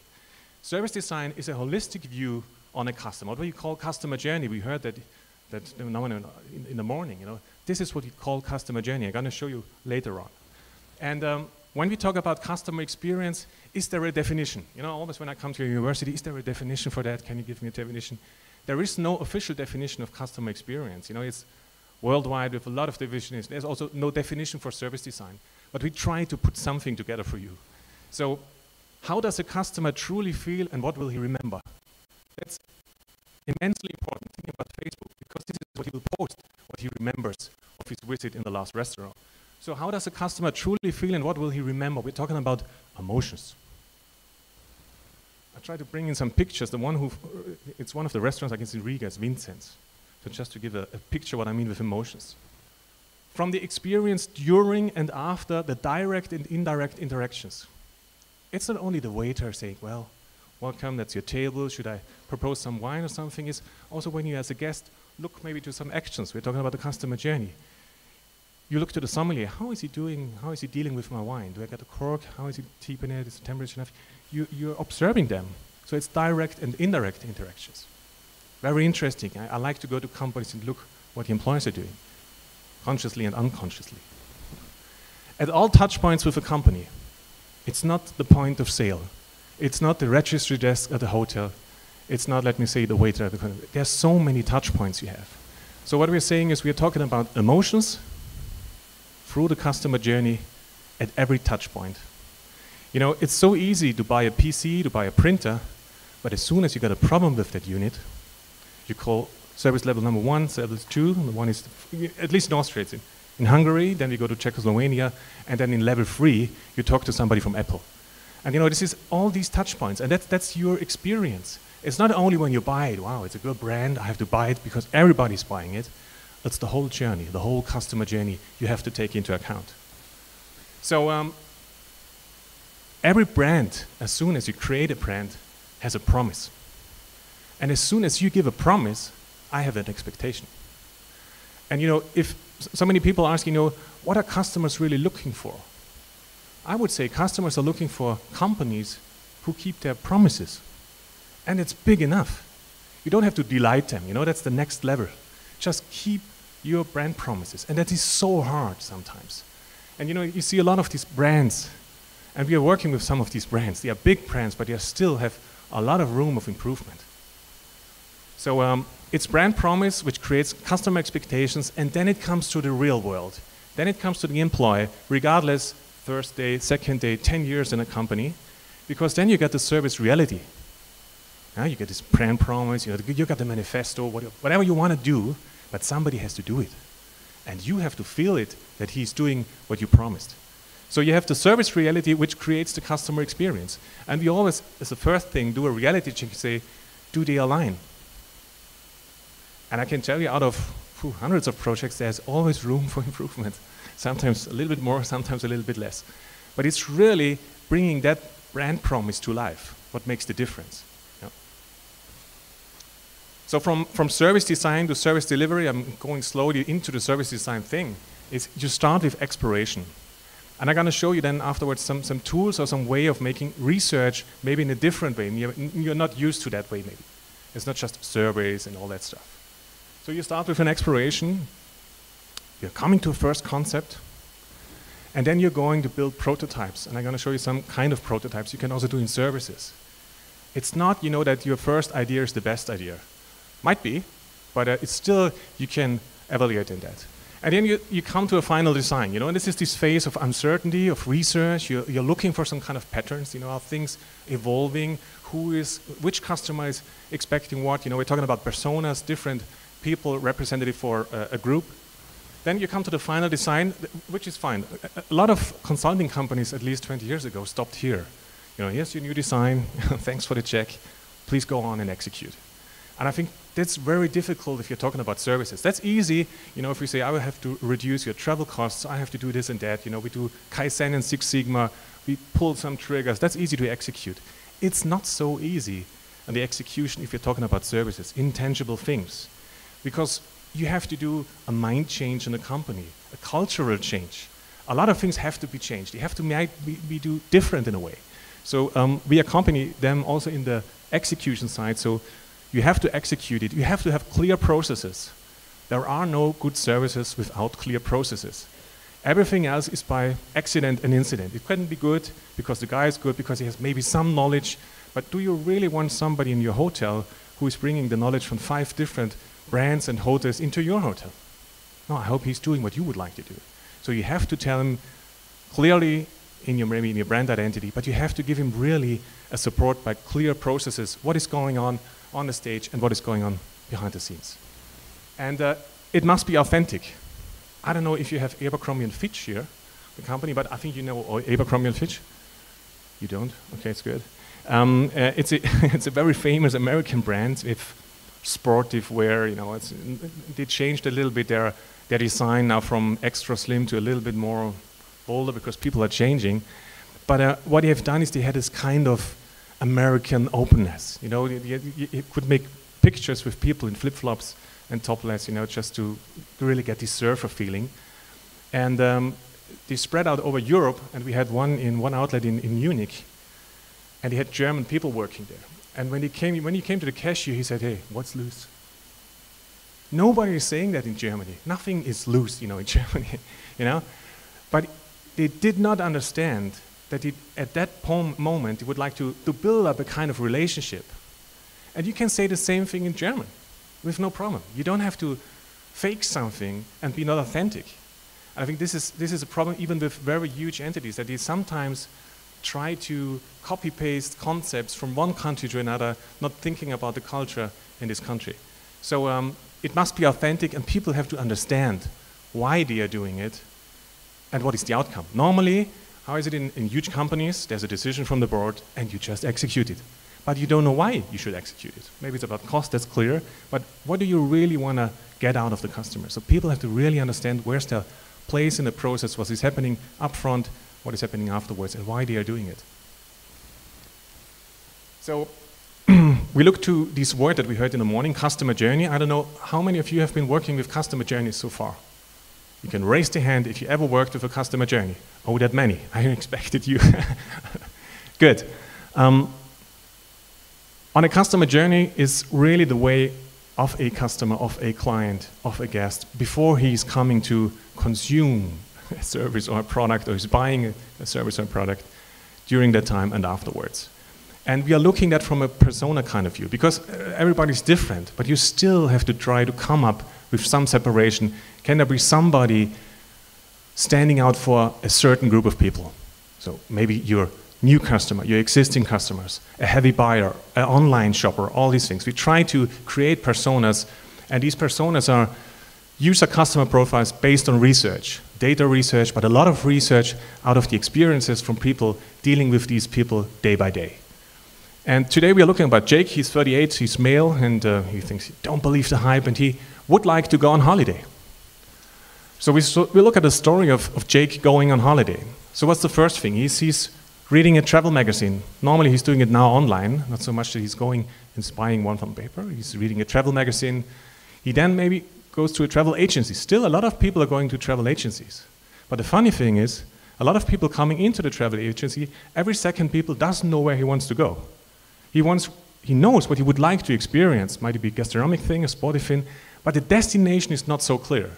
And the problem is, because of the internet, also the travel agency changed. They are not sending out their agents really for long journeys to get the experience. What they are doing is they're sitting here taking 15 euros for the information, saying, I got a catalog, I got a good thing for you here, you know, it's in Greece. And you say, why the hell? You're sending it to everybody. You don't think about my wishes, my experience I would like to have. So he's going to the travel agency, maybe he's going back and saying, oh the hell, I'm gonna read some online reviews because maybe I know where to go, but I'm not so sure if it's really good. Next thing, he's booking online, still a lot of people doing it, even if it's not easy. So the internet doesn't make the travel agency, it's not easy. But that's a problem of the travel agencies, they are not selling it the right way today. Everybody thinks the internet is cheaper and it's easier. It's not true in every certain. Just give it a try with your family, for instance. Just an example. If you're booking with a family and you have separated rooms for your children, it might be that they're in a completely different stage level, because you're not allowed to do that via a booking machine. But not many people know that. Even TUI is not able to do that, and we're working for them. Then he's dreaming of holidays while at work. Typically, before the holiday starts, the last day tomorrow, we're gonna fly to wherever in the world. He's packing his bags. That's being uncomfortable. So if you're London Heathrow, it can take you hours. Then you go into the check-in process, baggage drop-off, security checked. That's really crazy. Especially if you're going to the States, you're a criminal. If you go there and not doing, sir, please stand up. Oh my God. And boarding can be boring, really. It's really boring sometimes. We changed something at Etihad, because Etihad is the carrier for Abu Dhabi, and Etihad said, the first touch with our country is not when you cross the border, it's when you enter our aircraft. And that's a different point of view. So boarding doesn't have to be boring, but normally today it's very boring. Then you got the in-flight experience. Even the in-flight experience, you can say it in brackets, because it's really not an experience any longer. I think things changed 10 years ago, where the focus is not really on the guest, on the customer. The focus is on the turnaround times, load factors, and prices. And this is bringing a lot of these things down. And I'm coming out of the industry, and the aviation industry, I have to tell that that's really the truth. So you arrive at the destination. You transfer to the accommodation. You stay at the hotel. Maybe you're going to have a diving course. At least you visit one of your beautiful restaurants. You fly back home. You post an online review. A lot of people are doing that. And more negative reviews are posted than positive reviews. 6 times more negative than positive. And just as a glimpse, as a simple overview, you see that this simple trip has a lot of simple evidences, a lot of stages. This is what we call the customer journey. And the tricky thing is that every single touch point can be separated into the smaller. Look at the restaurant. You start with the reservation, calling a restaurant. That can be complicated sometimes. It's loud in the background. They are not really talking to you. Somebody's picking up the phone who normally cleans the garbage. Or it's really difficult sometimes. And then you have the orientation. Do I find your restaurant? Sometimes it's really difficult to find these restaurants, especially the new ones. They try to be very low profile. You really have to look for them. You're going to welcome the placement, the recommendations, the ordering, the service. There are so many points at that single touch point you have to take into consideration. But the good thing is, you can all change them if you want. They are not a given. Magic is something you make, and it's not a given thing. You really have 100% leverage on all these points. So what we heard today, because during all these sessions there are different channels. So people are talking to each other directly. They're using a smartphone, they're using an app, all these technical things. You get still paperwork. All these various channels, you're using maybe a car or whatever. So they are using channels. So customers are switching channels all the time.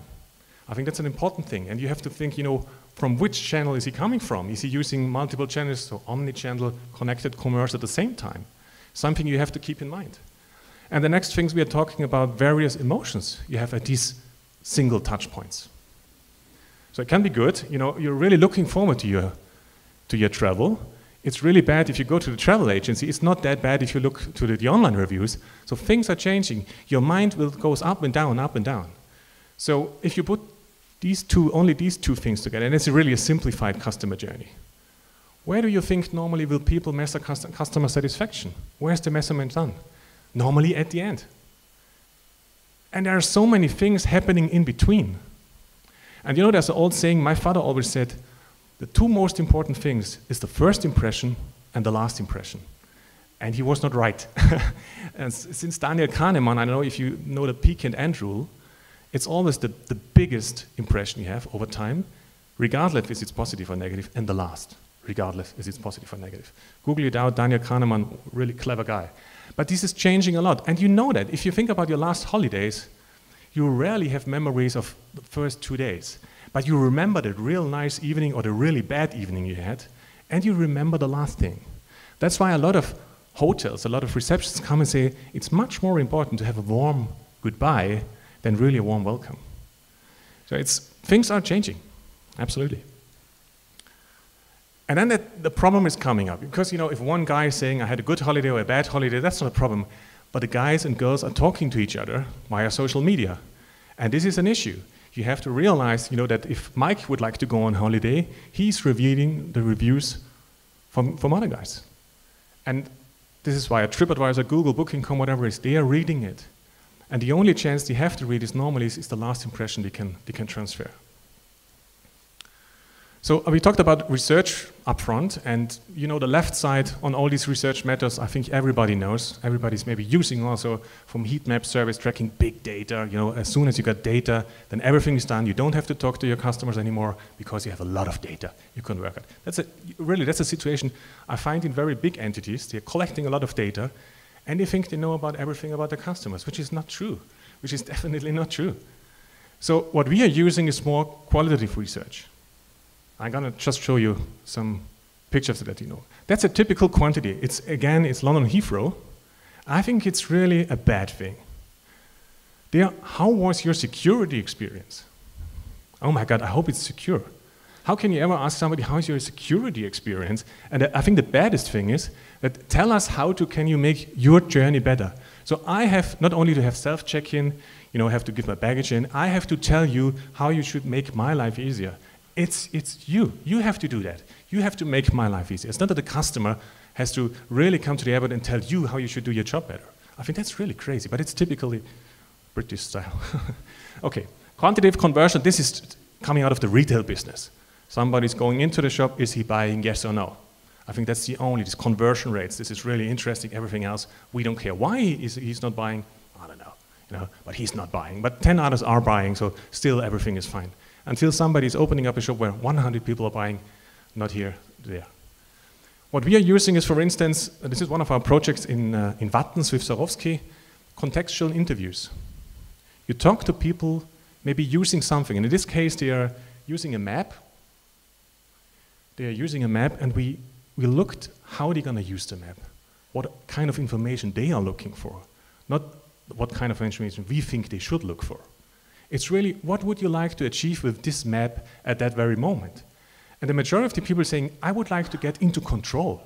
You would like to be into control in certain point. So we changed all these things which should be normally on a standard maps, because maps still look like out of the 1800th century. It's still the same thing. So we try to change these maps. We are using non-participant observation. It's like a little bit like spy business. So we are just watching the people in this house from the cash register. How is the interaction, and we are taking also videos of that. How is the interaction between the lady at the cash register and the guest? What is going on there? And we try to find patterns, what we can improve, what is maybe a pain for the customer, what is a pain also for the employee, to make their life easier, to make the customer's life easier. You can also tell the customers that you will accompany them. So this is a participant observation, but they know it. This was in retail. It's Europe's biggest electronic and electric retail. It's Saturn Media. I think it's comparable to Best Buy in the States, something like that. And people know that we look and we go with them shopping, go with them in the consultation phase to see what they would like to achieve. Because it's so difficult for an employee, if you are in a consultation phase, you should also realize, what am I doing, what is he doing, he's checking it out. You can do that maybe if you have consultation and sales experience since a couple of years. But we're talking here about people in their 20s, maybe then the second day, or they have a 50% job, it's how could you do that? So it gives you a lot of insights if you do that. That's me without tie, by the way. It's you have to work along with companies. It's not enough like in the old consultancy days where you stand behind with a clock saying, how long do you need for that task? Okay, in the future, 3 people can do that, but today 5 people are doing. I think it's very important to understand what is going on. So what we do is we do a lot of work-alongs. So we stay with a company for a week, a couple of days, whatever it's needed, and I work in every area. And it really gives so much insight. And many companies saying, do your employees really like it? Because everybody says, you're watching me, you're rating me. No, we don't. We don't care if you're doing it good or bad. That's a problem with your boss. He chooses you, not we. So it's his problem that he's choosing you, not our problem. But we look how the interaction is. What is possible? What can be done? Because all the concepts that we are working out together in a co-creative way can be executed. Because if they cannot be executed, you can throw them away. So you have to know the area, you have to know the experience which is going on there, what are the possibilities that can be done there to execute the things. So that's really one of the biggest insights you can have. No survey will bring you 10 days in a company, I can tell you. But you have to like that. I like it in a way. I'm curious anyhow. Self-documentation, we're also using apps to make ethnography. So we given an app, it's called My Gastspiel, for instance, where you can do this customer journey on your own. So employees can say, maybe that might be a concern for our customers, and they're sending it to us, and we come up with some improvements. After you have done the research, after you came up maybe with some ideas, then there's this concept called double diamond out of the design council. So this design process is something which in the first stage is divergent. You try to discover, you will be open. It's not that you go there with a special mindset and you try to prove your thesis that you already have. I think it will be this way. If you're going to do that, you're going to fail. You have to be open for everything in a way, and you have to really have a look. So be open. Then you have to come to a point at a certain stage. So it's convergent. You have to define, that might be the framing of the issue. That might be the framing of the problem. This is what we are really looking for. And then you start to develop. And the develop process is what I talked to you about prototypes. A lot of prototypes. You design something, you do a prototype, and you iterate, you evaluate, you evaluate, you evaluate. It's really important that you try to improve the service before you really sell it to your customers and guys. And then you have to deliver. At the end, you have to deliver. Again, it's a convergent process. You call that the double diamond. You're going to find also in the internet. What can you use for prototype?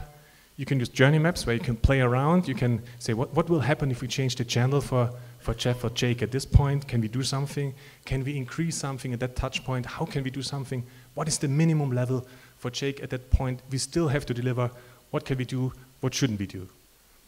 We can use service ads. Service ads is something, a kind of reversed engineering, where you say, what would you like to achieve? And then we go back and say, how can you achieve that? That's something we use. Wireframes, if you go on the digital side, user experience, for instance. Business models, I think everybody knows from Osterwald, the business model thing. We do desktop walkthroughs. And this is something we really like to do, especially if it comes to project in the tourism industry. Because how does it happen normally? You have an architect who is building up an amusement park or a hotel or whatever. And if you look to the visualizations of architects, you rarely see people there. Because they like the infrastructure, they don't like the people. You might see 2 or 3 silhouettes standing there like this. But it's not a reality. So what we are trying to do is, we play through these maps and say, how would the service work then out? Why do customers and service cross here? Is this a reason for that? And we can still sometimes, if our clients call us early enough, change something in the setting. Because a good infrastructure is supporting the service and not vice versa. Normally we are coming to projects where we say, well, we have a beautiful infrastructure, now play it, make something with our stuff, it has to work out. The infrastructure has to support the stuff and not vice versa. I think that's one of the most important things. And some architects already think about that in their buildings, sooner or later some people will go in. But still, there's a huge amount of architects where I say, the best thing is if it's empty, because then you get a feeling. But you will not make any money at all with that. I think that's very important to say. We do physical prototyping on some of these things, where we really build up certain things to test it out before we really test it. It's simple. You can use cardboard. You can use simple material just to try out how would the service work.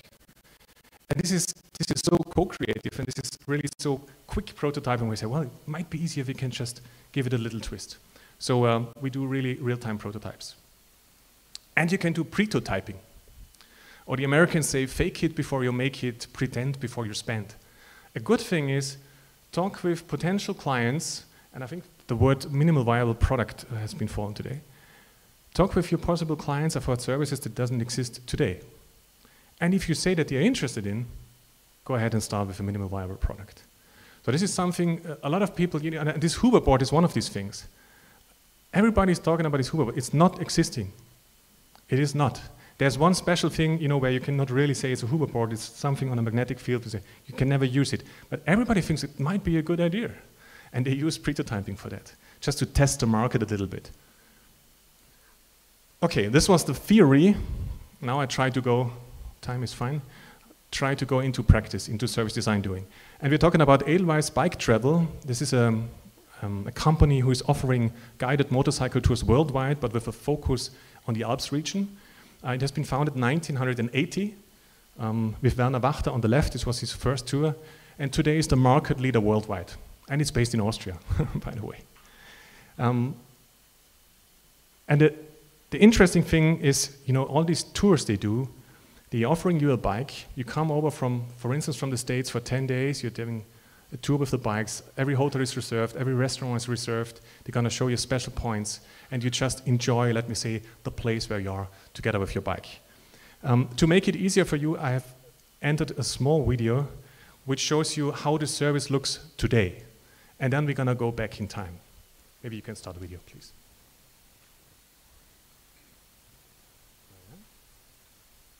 Don't get nervous.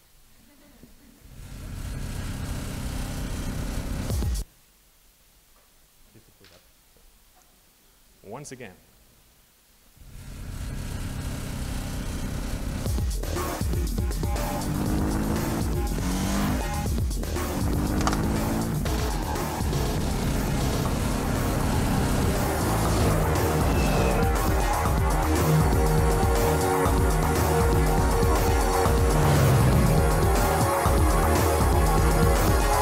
Excellent.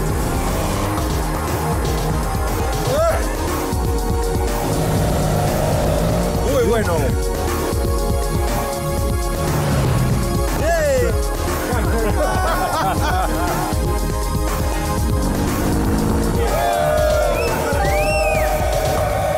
I'm married with Edelweiss, seems to be. I like the group of people. It's always great time, great team. So I've come halfway around the world to ride with Edelweiss. Rode my first time, I think, 18 years ago with Edelweiss over here. One of the things I like most of these tours is being able to build friendship all over the world in these tours. I like the professionalism. It's the Edelweiss tour is something special. It's spectacular. Please, I will do more tours again in my life because I really enjoyed it. I should say Edelweiss is highly recommended.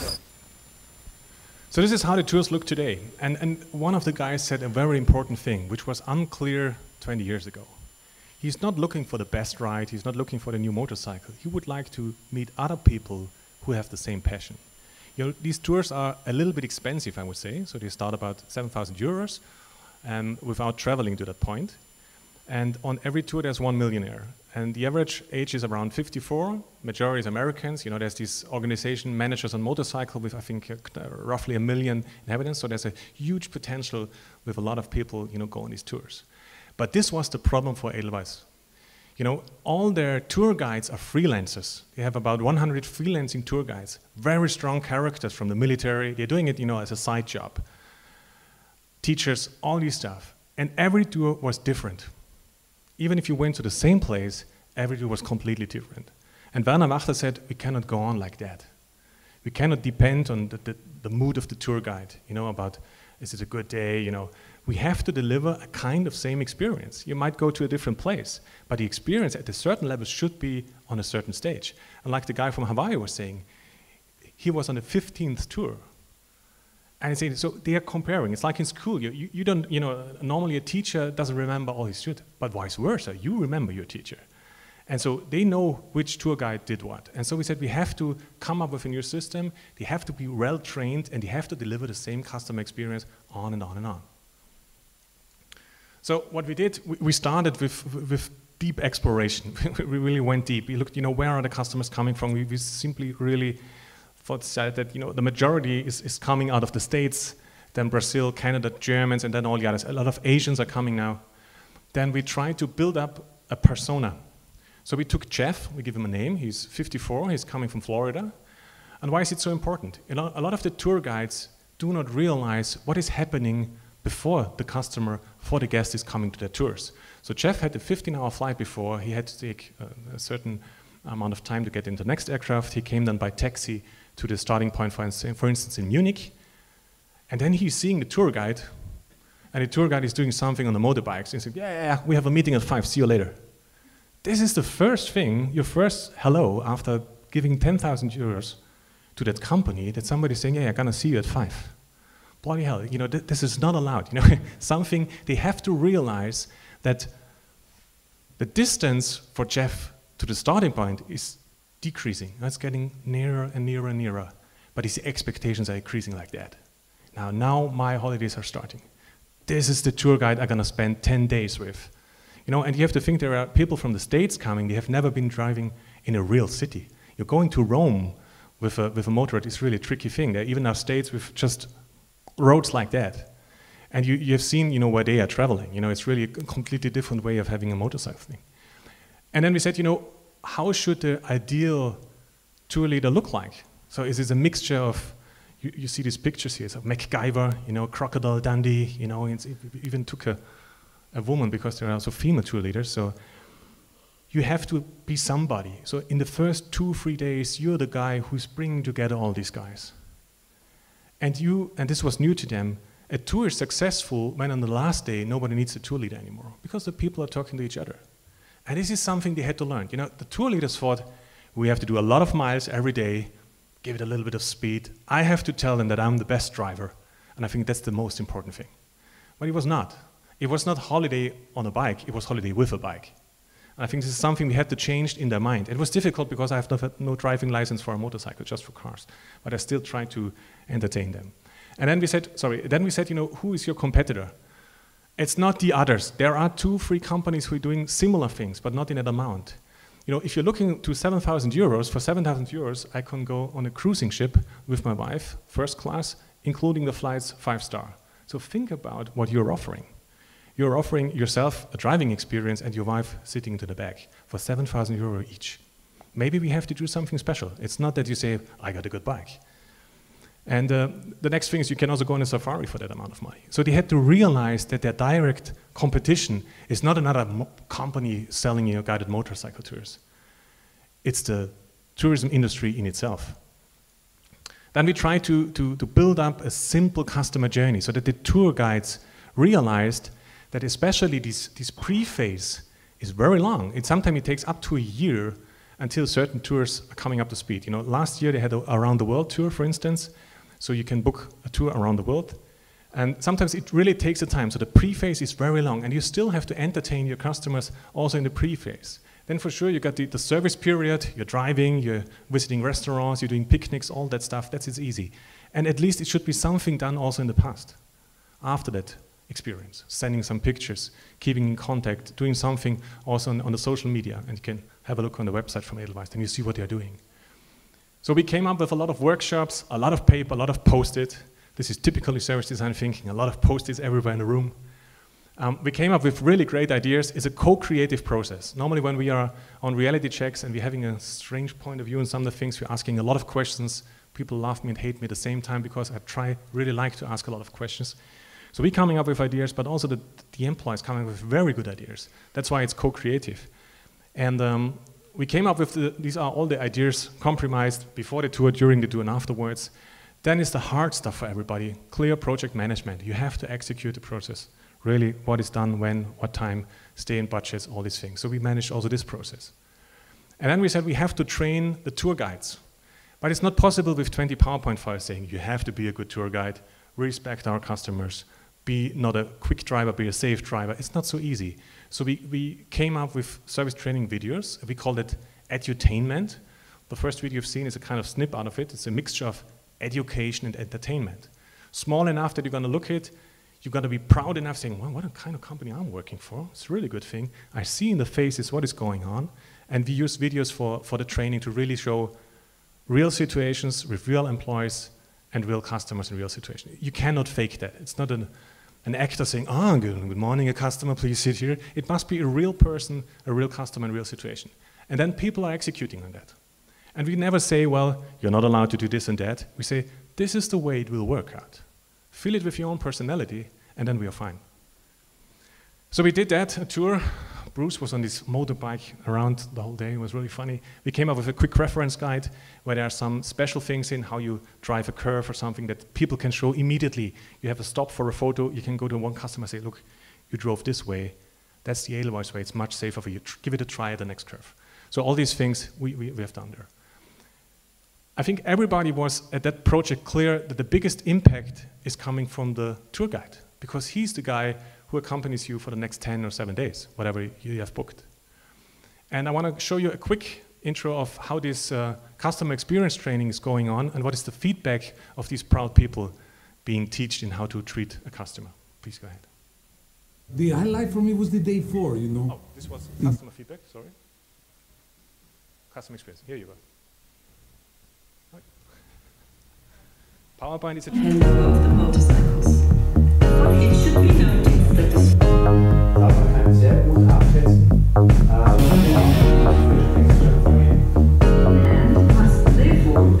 aber trotzdem mit Feinheiten, vielleicht mal der niedere Sitz, vielleicht mal der Top-Sitz drauf.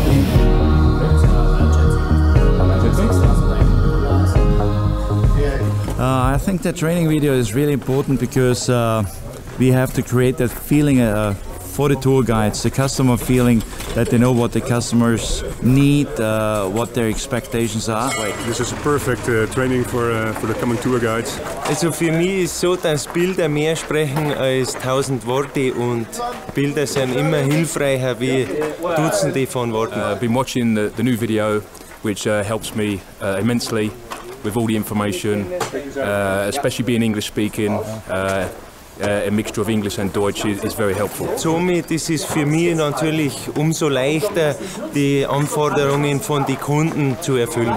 Dann auch die eigene Sicherheit zu haben, dass man einem Gast dann auch wirklich einen super Service bieten kann, wo dann auch die Punkte abgedeckt werden, die Edelweiss natürlich auch wichtig sind. Ja, das hat mir schon sehr geholfen zu verstehen, was wir für Kunden haben, wie die empfinden, wie die reagieren und was sie von uns auch erwarten. Ich finde es sehr gut, nicht nur die Theorie, sondern auch die Praxis zu sehen. So this is just some simple feedback that they realized how helpful it is for them to really see these scenes just before you meet maybe your first customer. And this is what I told you before. Magic is something you make. It's not a given thing. You can influence all these things, how your customer experience should look like. And one thing was, I told you before that a good tour was a tour where the tour leader was not necessary on the last evening. And what we also introduced is that we would like to have feedback from the guests on the tour on the last evening. Because normally in the last evening they gave them these tour t-shirts saying that's the most expensive t-shirt you can buy, 7,000 euro. Good joke. Good for the tour leaders, not so good for the customers. The tour t-shirt is given now on the first day, so I can see that you are on the tour too. And on the last day we said, let the customer speak. And everybody said, nah, I'm not going to do that. And when we filmed that, when we made the training video, we had to take the main tour leader because he said, okay, I'm going to do that, but I'm going to tell you, they just talk for 30 seconds and then we have 2 minutes and everything is done and what we are going to do afterwards. And after we showed them what came out from the customers, they never said that again. I just want to show you that. Please. The highlight for me was the day 4, you know. The day 4 from Legarda to the little road. That's amazing. I never had been in so, how you say in English? Narrow roads, you know. We call in Spanish páramos. Yeah, but this páramo, Jesus Christ. We are at the end of June, start of July, really summer, and 2 degrees, 20 centimeters of fresh snow, something not usual for us from the Middle East.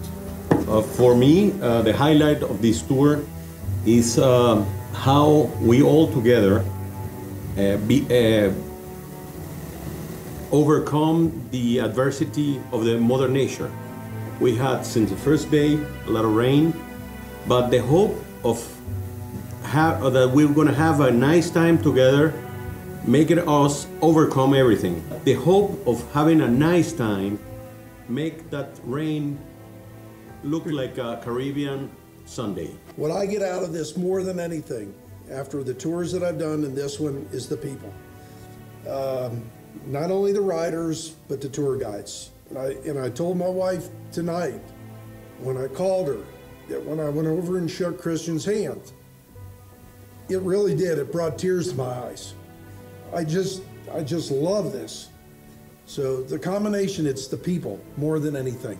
And I want to thank everybody for making my life more whole. The highlight of getting to the office and the work garage to see what goes on behind the scenes.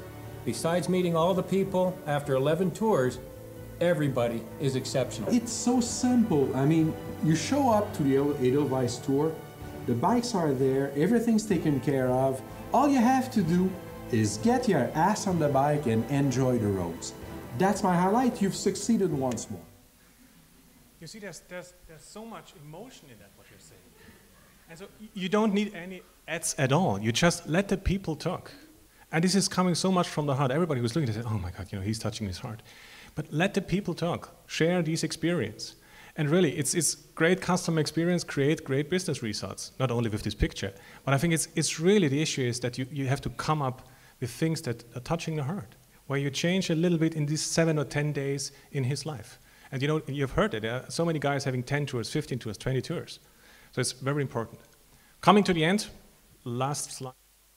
For sure, you're in a university, so you need some homework. That's clear. Everybody agrees, I see.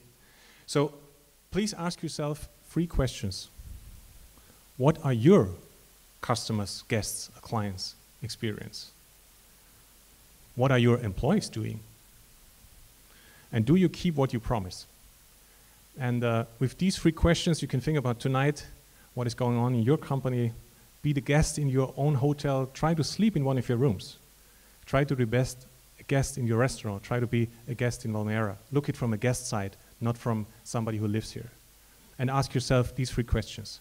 And with that said, I would like to say thank you very much for letting me be here and have a nice evening.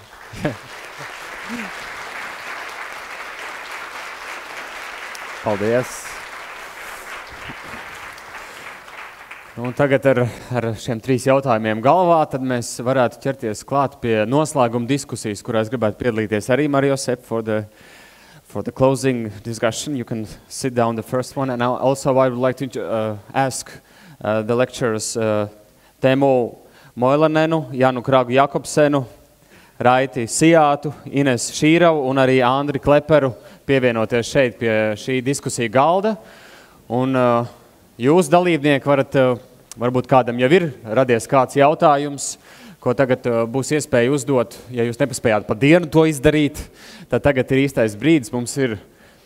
Mums ir laiks nelielai sarunai ar lektoriem, jo visu laiku pārsvarā ir runājuši viņi. Tagad varbūt jūs varēsiet kādu vārdu pateikt, varbūt pat pārdomas, padalīties savā šīs dienas pieredzē.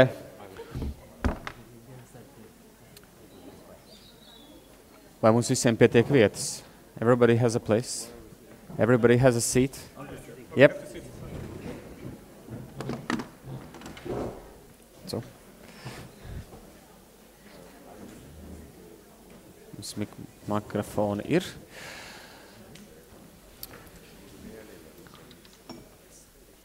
Varbūt jau arī uzreiz kāds pirmais jautājums no jums, kādu roku pacelt, mēs aiznesīsim mikrofonu. Kāds jautājums radies, varbūt pat par pēdējo lekciju. Vēl nav tik droši, labi. Ierunāsimies, mazliet ierunāsimies, un tad jau gan jums radīsies jautājumi. Es nodošu tagad Andrim Kleperam. Andrim Kleperam, jā, šeit. Andrim Kleperam varbūt dalīties šīs dienas pieredzē no lektora puses. Raiti. Laipni aicināts priekšā pievienoties.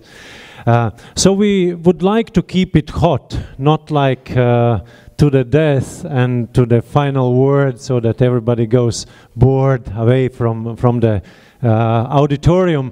And probably we could really start with few sentences after such a very long day for all the key speakers, and maybe Mario could rest for a while as you just ended your performance. But what is on the top of your head as kind of idea from today? What is still interesting to deliver for the people? Because we get, after a longer day, kind of key concepts, kind of key findings, and definitely there are something after all the other lectures, I would still say something to the enterprise, to the entrepreneur of this company or somebody from the municipality, either from the branding thing, either from event management.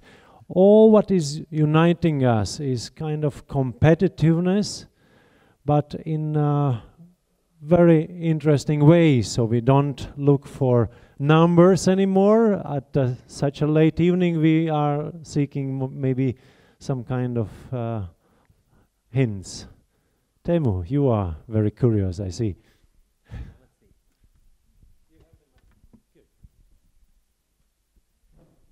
Thank you. So as a short starter, I was inspired by Mario's speech with service design. I think there's a tremendous opportunities in a kind of ongoing work that can be done over and over again. You can always be better and always improve your products, and service design is a fantastic approach for doing so. Something which I think might be interesting as an idea is to come from combining the brands and service design in the sense of that many of us have experienced places which have been the visuals, the stage where service happens, that is branded. The restaurant looks like it should be because the interior designer designed it to be what it is, and it's clear to easily recognizable, so that the stage is branded, but the service is not.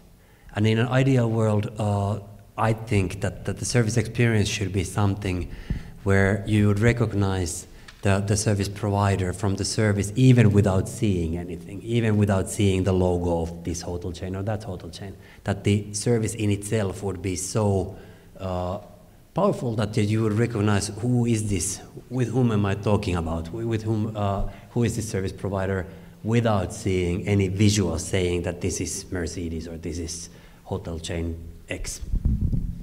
Good.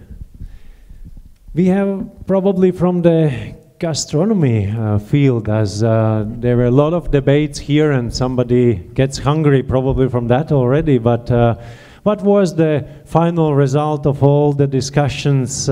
We don't come to the finals yet, but maybe some assumption of your thoughts. Not a final conclusion, but I thought in a way I am a model tourist. I've heard about the Baltic states since I was a kid because my grandfather ran a factory in Liepāja. But to me it's always been the Baltic states. And now I come here in the last discussion, one of the last discussions, I realized there were 3 very, very difficult states who make a very, very difficult bread. And it might be for the tourists a little puzzling, but the idea when we created the new Nordic kitchen was to make nationalism evaporate. It shouldn't be nationalistic because we gave up nationalism and set regions and terroirs and ecosystems instead of nationalism because that broadened the spectrum enormously so that we could, in the Nordic kitchen, you can see it in another way. We have a tropic zone, we have a subtropic zone, and we have a temperate zone, and we have an Arctic zone. And the Nordic kitchen is the temperate and even the Arctic zone. And everything there can go under the label. So I would very much oppose any restrictions placed on the concept by national borders. The interesting thing is that at the evening where we had this conference I told about, we had all the chefs working together in the kitchen making the conference dinner. And after the dinner, all the chefs came out of the kitchen and say, we have seen each other and we have made a plan. We will go and practice in all the countries. We will have stages.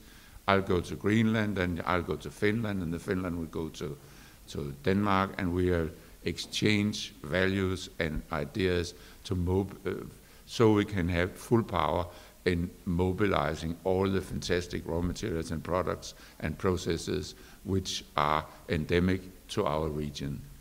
That's it. Okay, thanks a lot. We had another session today, and that was about Baltic states and kind of finding the ways for better connectivity, kind of cooperation. And I would ask firstly, Ines, what is probably kind of top thought right now about a little bit broader perspective? How do we look in Baltic context, and what probably would be kind of future challenge to achieve even more if it's even not written in the strategy right now? Actually, this cooperation looks very good at this moment because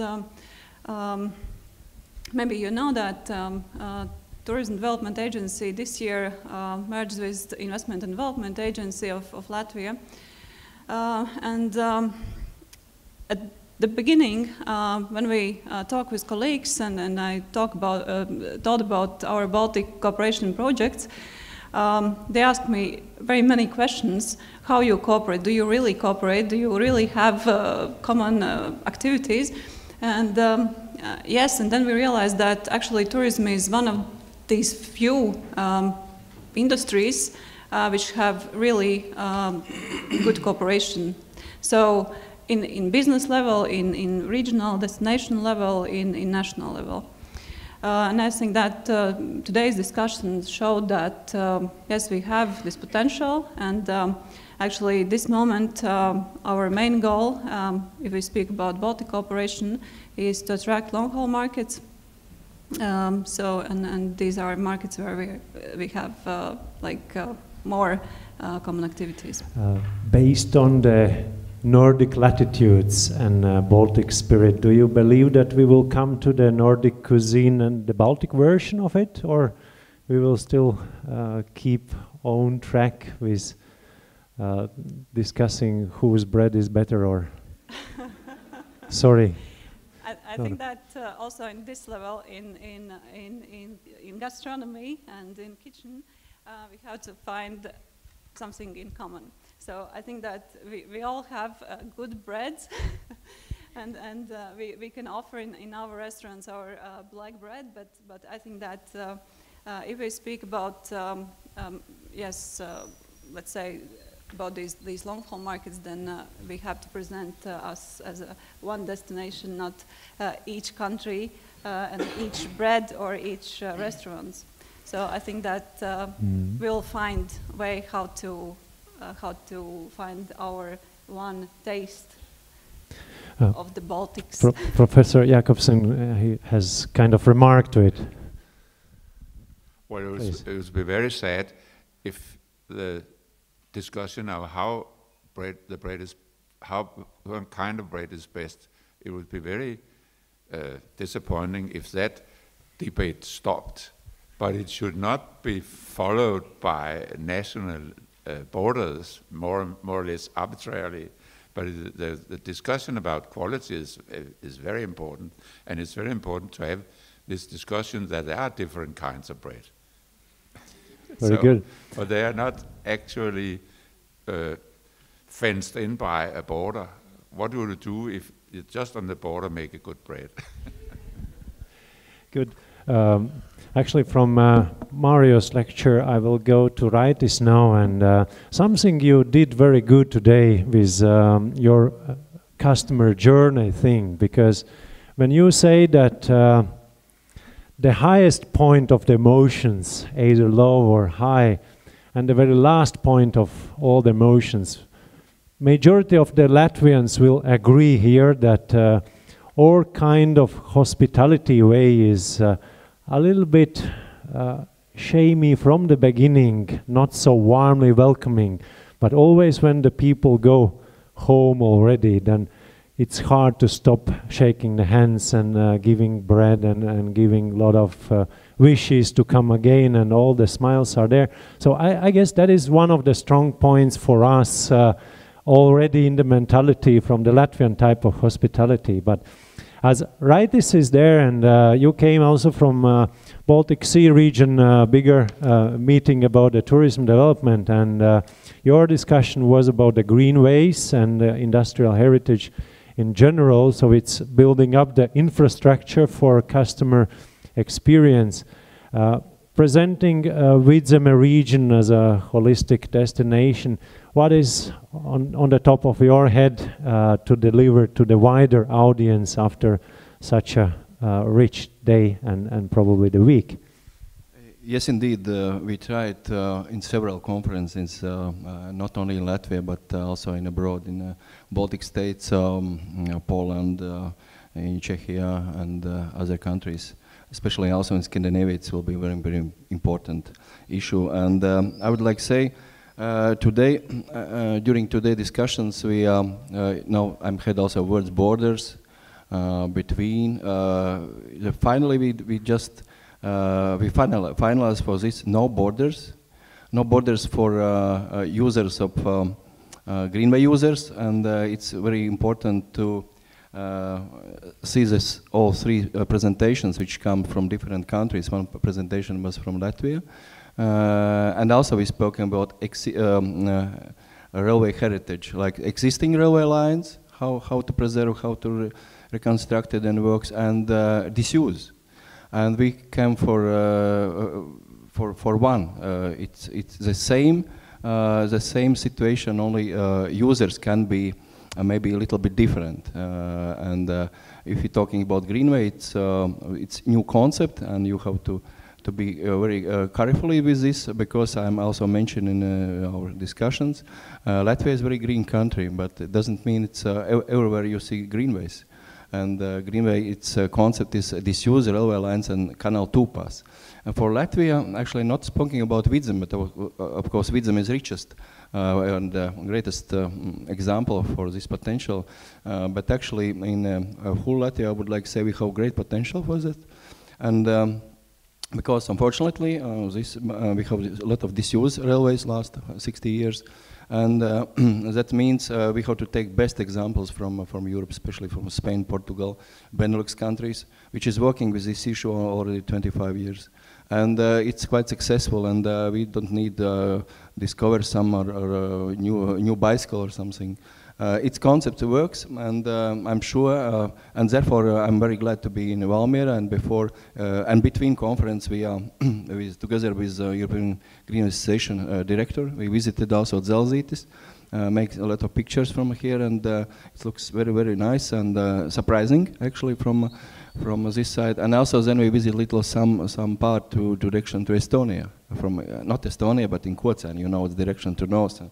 And it's almost there. Yeah, it's everything is close, and actually our plans is to create this network, and I think it will be successful because municipalities is very interesting for this, and countries, and so we're not speaking about any borders between municipalities, between Latvia, Estonia, and also between Baltic states, because I think users will be, we don't know, but actually users will be from both countries, but also of course from abroad, and that is.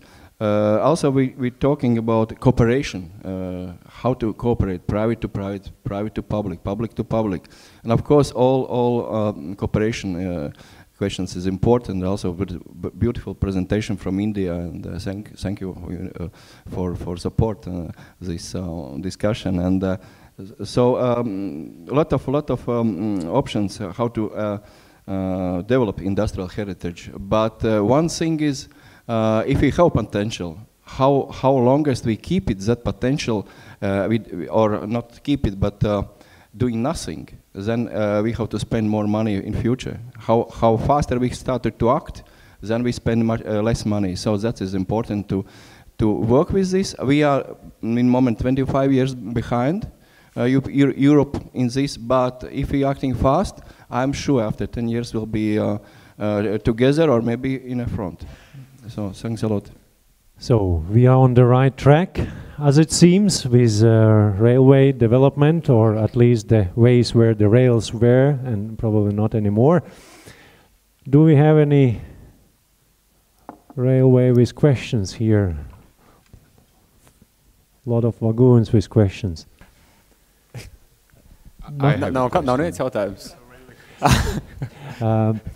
Maybe the last one goes to Mario, as you have a little bit rest, and of course if you would like to give final comment I got the afterwards. Yeah, okay. Well, when Mario and I myself arrived this morning, and Mario said, "Wow, it's only women."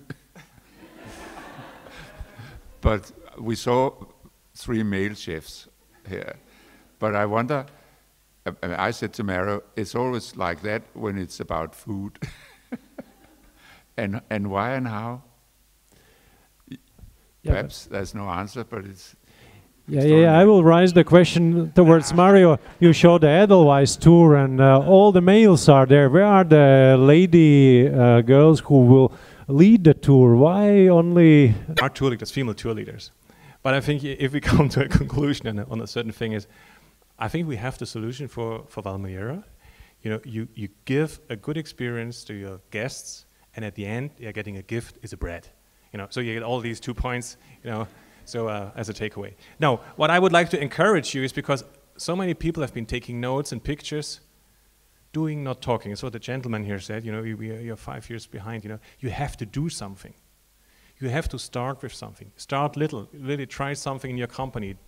Don't take a consultant. Start on your own, as far as you can get.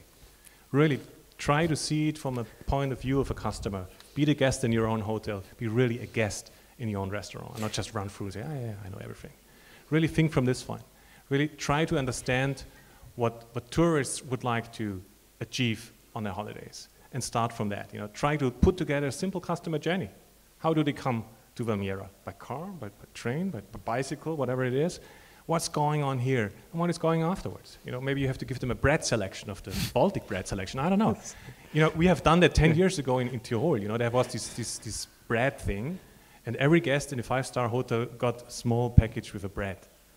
you can do it. Well, don't make copy As a matter of fact. At least make your bread selection, make something new. As a matter of fact, we have a present for everybody in the audience. Yeah, Valmiermuižas house, beer, no, not factory, but they have a gift for everyone in the lounge room, a specially brewed beer for the 20th birthday of this university, specially brewed beer, like giveaway, fizz beer, special giveaway. So it's not bread yet, but maybe it's something better. But you see, it's too late bread because so many people left already without the beers. Maybe they are there. Really, doing, not talking is the one I would like to give you. Take your notes, try to execute them in your company, and really make the first steps. And if you have any questions, ask Andres or me anytime, and we try to help you out. Thank you very much. Thanks a lot. Aplaudēsim panelim. Paldies.